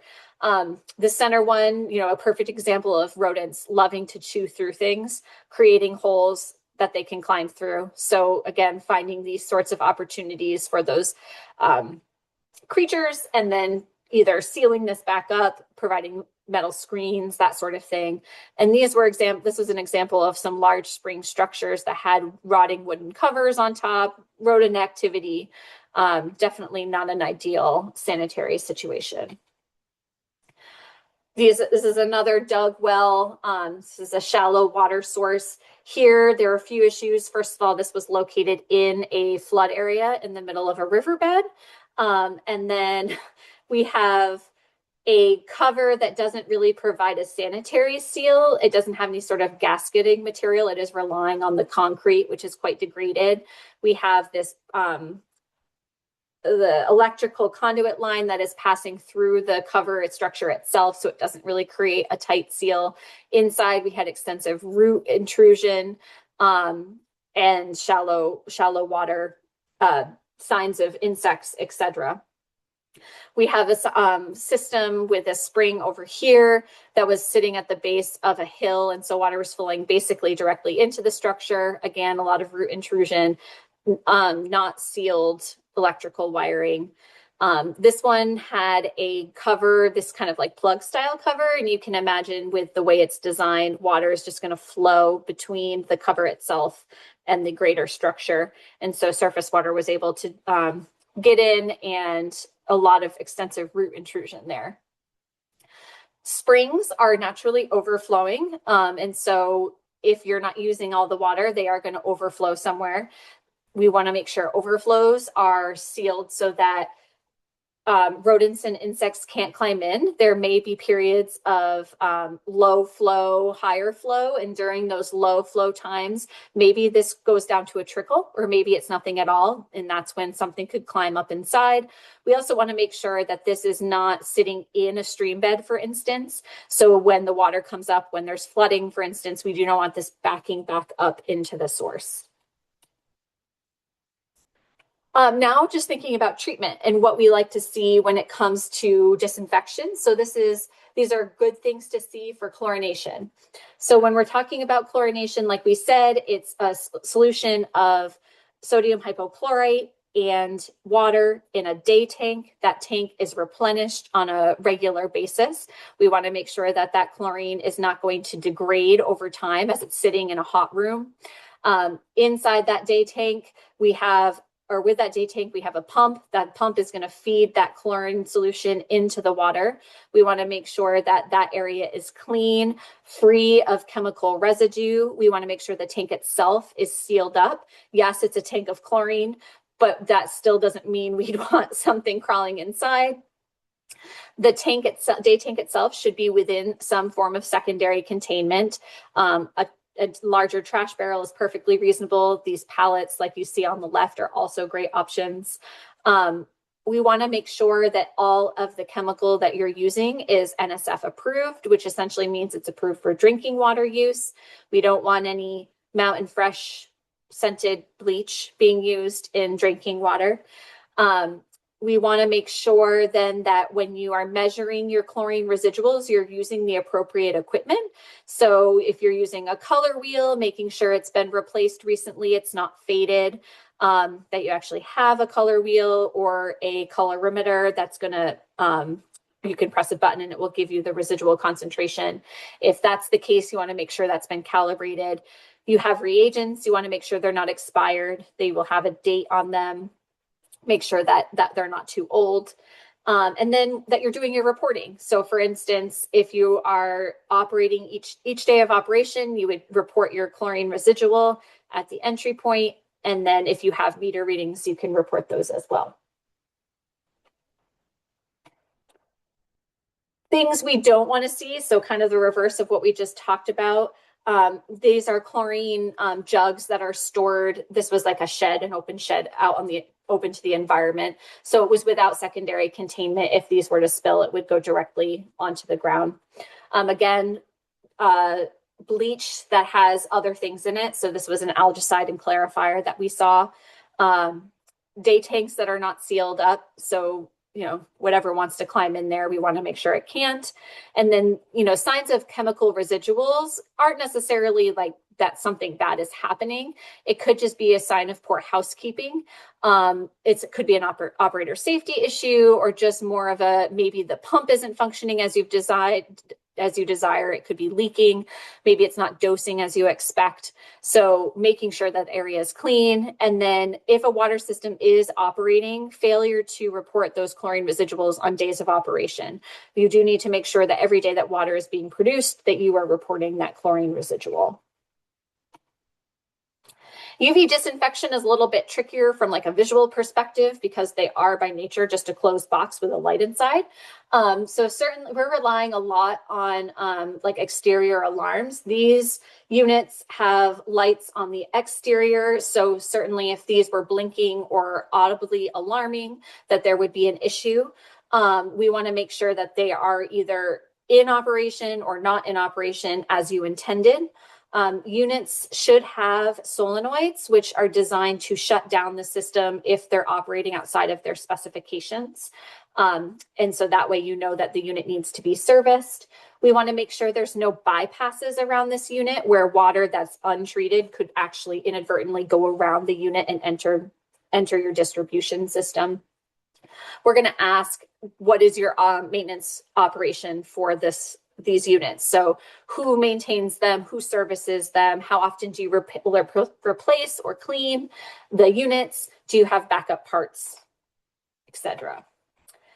I do want to emphasize that lack of operation of a unit isn't necessarily equivalent to a deficiency. So this comes into play with these two side by side. So the first one on the right, 3 UV units in parallel, 2 not working, 1 working. This is a water system that's not required to disinfect, chooses to do so voluntarily, and has been having issues with these 2 UV units. The operator was fully aware of this, was in direct conversation with manufacturer, was troubleshooting, had a plan of action to try to get these back online. He knew the issue, he had a plan moving forward, and ultimately they are not required to disinfect. This is more of a conversation about like, hey, what's going on? What are you trying to do? Do you need anything from us? That sort of thing. This is not a deficiency because action is being taken. Versus the one on the left, this is a water system that the individual at the water system did not know that the UV was not working, that the UV was an alarm. They did not have any routine for operation and maintenance. They could not answer questions about who replaces the bulb when and how it's operated. And so this was more of a lack of operational knowledge on the part of the individual at the water system. And so that was the deficiency, that they didn't have a plan for operation and maintenance of the unit, rather than the fact that it just wasn't operating. So when I talk about bypasses around treatment units, especially as it relates to around disinfection or required treatment for things like uranium or arsenic, we want to make sure that if you do have a water line that goes around that treatment, that it's appropriately air gapped. And that means that if water were trying to go around it, it wouldn't be able to. So there's really two ways that we often see air gaps. The first is this sort of 3-valve configuration we call. So this is the bypass. Right here, it goes to the right, goes through some treatment, comes back up and goes around. If they wanted to service this treatment unit, they could open up these valves and close this faucet and water would go through. But when we want water to be treated, we close these 2 valves and we open up this faucet. If this valve were to start leaking, or this one would leak, this would start dripping water. And then we know that this valve needs to be replaced. If you did not have 2 valves, say you only had 1 valve and no faucet, we have no way of knowing if that valve is actually functioning as designed. So you could inadvertently be getting untreated water going around your treatment unit. So that's one option. Another option is literally to have a piece of pipe that you can remove and then reinstall as necessary. So this is the 3-valve configuration, and this is a spool piece that can be reinserted as needed. Sediment filtration, we pretty much see everywhere at our water systems. It's very natural for wells to have some amount of sediment or particulate matter that you want to pull out before you go into your distribution system. So when it comes to sediment filtration, we want to see visibly that there are signs that it's been maintained and that a water system operator can tell us about its maintenance. They can also tell us that they know they exist and where they're located. So there's different ways a water system may choose to determine the schedule for replacement. Sometimes it's by pressure drop. Sometimes it's by pressure gauges. Sometimes it's just based upon a schedule, knowing the historical operation of the system. Either way, the operator can tell us when they replace the cartridges, what they replaced them with, and what their procedure is for replacement. They can come in a lot of different forms, but just providing that information is what we would like to know. Mostly with these, if there's a deficiency related to them, it's due to lack of maintenance. It's not knowing that they existed on the system or failing to maintain them as needed. Again, just by nature of having dirty water, that's not a deficiency. If the operator says, I replace this monthly because it gets clogged, okay, great, you have a system, you know what to do. In the case of the picture on the left, this operator was not aware that they needed to change this, and so they didn't have a system to do so. So the deficiency was, once again, maintain this filter, replace it, and then develop a plan to do so moving forward. Ion exchange, also a very common treatment. We have very hard water in Vermont, so it's very common for us to see household softeners. For these, it's making sure that there is a service provider, making sure the units are functioning as intended, meaning they're on, making sure the salt tanks are being maintained, and then making sure that the backwash line that is used to dump that backwash water is not directly plumbed into a waste line. So here we have an air gap. This is the line that dumps the backwash water. This is the line that receives it. There's a space in between those two things so that contaminated or that dirty water cannot go back up into the system. This is the opposite of that. So this was an unmaintained salt tank that was full of algae water. These are waste pipes, and then the pipe along the top, those were the backwash lines, and those were directly like hard piped together and glued. So that represents a cross connection hazard. So we require air gap, basically trim these pipes, do some sort of design to reduce splashing. Again, here, backwash line going directly into a drain. There's no physical space between those. And then the picture here is reflective of treatment units that were connected to the water system, but not operating. So they were valved shut. We do not want to see permanently inactive treatment units installed on the water system. We want them to be maintained or physically disconnected. Again, if we show up and you say, oh, my softener went out last week, I have the treatment provider coming next week, we're going to get it up and running, that's fine. But if you say, oh yeah, we've just never used these, they've been on here for a decade, we're going to say, yes, please cut those off. We do not want something sitting with potentially dirty water that could inadvertently be sucked back into the system. Is a permit required to install a softener at a TNC? No. So if you are installing a softener purely for hardness removal, so you have, buildup on your faucets, you can install a softener without a construction permit. If that softener that's designed for hardness removal also happens to target low concentrations of iron or manganese because you use like the iron out salt, that's also totally fine. As soon as you are installing ion exchange to remove manganese or iron at higher concentrations, or filtration for iron or manganese, or you're installing ion exchange to remove things like uranium or arsenic, that's when we would require a construction permit for a TNC water system. But a standard household hardness removal system does not need to be permitted.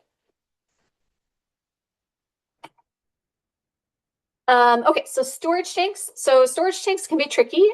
These are large volumes of water that are just sitting. Their water comes to atmosphere and you have them in a container. So if water is sitting for too long, or if the container isn't well sealed, you're going to get stuff that wants to come in. So a good storage tank looks like, again, that kind of locking, overlapping hatch with a really good gasket that creates that sanitary watertight seal. We have no signs of intrusion of plant or surface water in between the seams. What you see here is just condensation. It wasn't surface water coming in, but we don't have any issues with intrusion between the seams of that tank. When we have tanks like these steel ones, we want to make sure that the cover is fully bolted with all of the bolts and that cover has a gasket. All the penetrations are well sealed. We have a lot of plastic storage tanks, again, making sure that the penetrations for the piping and the floats are well sealed and that it has a cover that was designed for that tank itself and that it's well secured. Storage tanks have overflows and drains and vents, making sure that those overflows are well above grade, 18 inches, that they also have screens on them. It's like window screen size. Vents, making sure that they face down and have screens on them as well. Overflow, you can see here an example of one that goes over like a stone swale, and we don't have it kind of encroaching up to the top. The pipe on the right was a perimeter drain. And then any penetrations are well sealed. So here you can see PVC with fern coat fittings. Storage tanks are required to be inspected and then cleaned if necessary every 5 years. If it's a newly installed tank, you can wait 10 years, but then it's every 5 years thereafter. So here's like a visual side by side. The tank had obviously some biofilm buildup, this black material, and then accumulation of sediment at the bottom. And this is after it has been power washed and disinfected and vacuumed up. So you can see there's a pretty substantial difference. And so if you have, water that has low levels of manganese, has low levels of sediment, you can see why it's really important to not only inspect it, but then clean it out every 5 years. We see a lot of shady storage tanks. So we see tanks that don't have adequate covers. This is an example of a wooden cover just resting on the top of that concrete manway in a building. I'm not worried about surface water here, but I am worried about this providing a sanitary seal. So we modified this and put on a Bilco style cover. Obviously, this storage tank access is at grade. Water can flow right in and then right inside that cover that is not well sealed. So this is an interesting access hatch that we see occasionally that it has an it serves its intended purpose, but not without hiccups. Rather than having an overlapping cover that goes along the outside, it's relying on this very small, thin gasket to seal the cover. And then any water that comes in the side goes through this channel and it should discharge out a hole on the side. However, it's very common for those holes to get plugged and kind of build up with debris and dirt. And so if those back up, then the water can then back up through this very tiny gasket and get inside the manway. So those are tricky. Definitely need a little bit more hands-on maintenance. We have a storage tank here that was just covered with a tarp. And then on the right, you can see signs of insect activity and then actually some dirt that was coming in through one of the seams. Overflows and vents are very vulnerable, especially to lawnmowers, that sort of thing, or getting overgrown, kind of people losing track of where they are. So making sure that you're expecting them on a routine basis, that they are screened with that window screen size material, that they extend that 18 inches above grade. Here, you know, taking out that material, making sure we extend that pipe out. This was needed to be replaced entirely and extended out. Here's an example of a screen that just got punctured, screen peeling away, and then an overflow that had just gotten inundated with soil over time. More examples, the use of not permanent ways to seal penetration. So this was a t-shirt. This is some foam. This was the use of electrical tape. So all of those are definitely not permanent means of sealing penetrations, nor are they really approved for drinking water use. Here's duct tape being used to seal these penetrations. This cover is not in contact with the wetted surface, and there was adequate ventilation, but they were attempting to seal these seams and these penetrations with duct tape. And then finally, distribution systems. We're focused here on good pressure maintenance, making sure that there are no cross connections between your drinking water and things you don't want to drink. So all pressure tanks that are connected are functioning. They're not waterlogged. We can measure the pressure associated with them. We have backflow prevention devices on hose bibs, exterior hose bibs. We have testable devices that are tested annually when we have chemical applications. Backwash lines are appropriately air gapped, and we can adequately measure the pressure. In our distribution system, we want to make sure that all portions of the distribution system are active or are physically disconnected if they're no longer active. Water systems that are required to meter are doing so. We have adequate pressure regulation, and then valve pits are passively or actively drained so we don't have water accumulating on the inside. So when we're thinking about cross connections like backflow prevention devices, these are typical on service lines to boilers, making sure that these are not corroded and replacing those as necessary. If you have a device that is actively dumping water, that's a sign that that device is no longer functioning, so making sure we replace that. Pressure gauges that aren't working, we would ask that those are replaced. These were some distribution lines that were permanently inactive, meaning they did not intend to operate those any longer. So physically disconnect those. Here's standing water, not only next to the well, but also in the valve pit. And then these were multiple pressure tanks that were no longer active, that needed to be physically disconnected from the system. So there's a whole lot of information that I've given to you in the last 3.5 hours. If you are going to take away things, definitely take away my email address. If you have any questions for me or my team, please reach out. But ultimately, our goal is protection of public health. That's why we're here. That's the mission behind our division and the why behind what we do. Contact us if you're proposing to do any changes. I think that's a really important key. If you want to modify anything, ask us if a permit is needed. Remember that you are sampling for total coliform bacteria as an indicator of other things that you don't want to drink. You're going to do your sampling according to your monitoring schedule, following that sampling plan. If you do have detections of bacteria, you'll do one of those assessments to find and fix the problem, and making sure you're correcting those sanitary defects so that you can decrease that risk of future bacteria issues. We do our sanitary surveys every 5 years, and then if you ever fix something, let us know so we can mark it as done. But I really appreciate everybody's time. I'm totally happy to answer any questions if anybody has some now, or like I said, via email.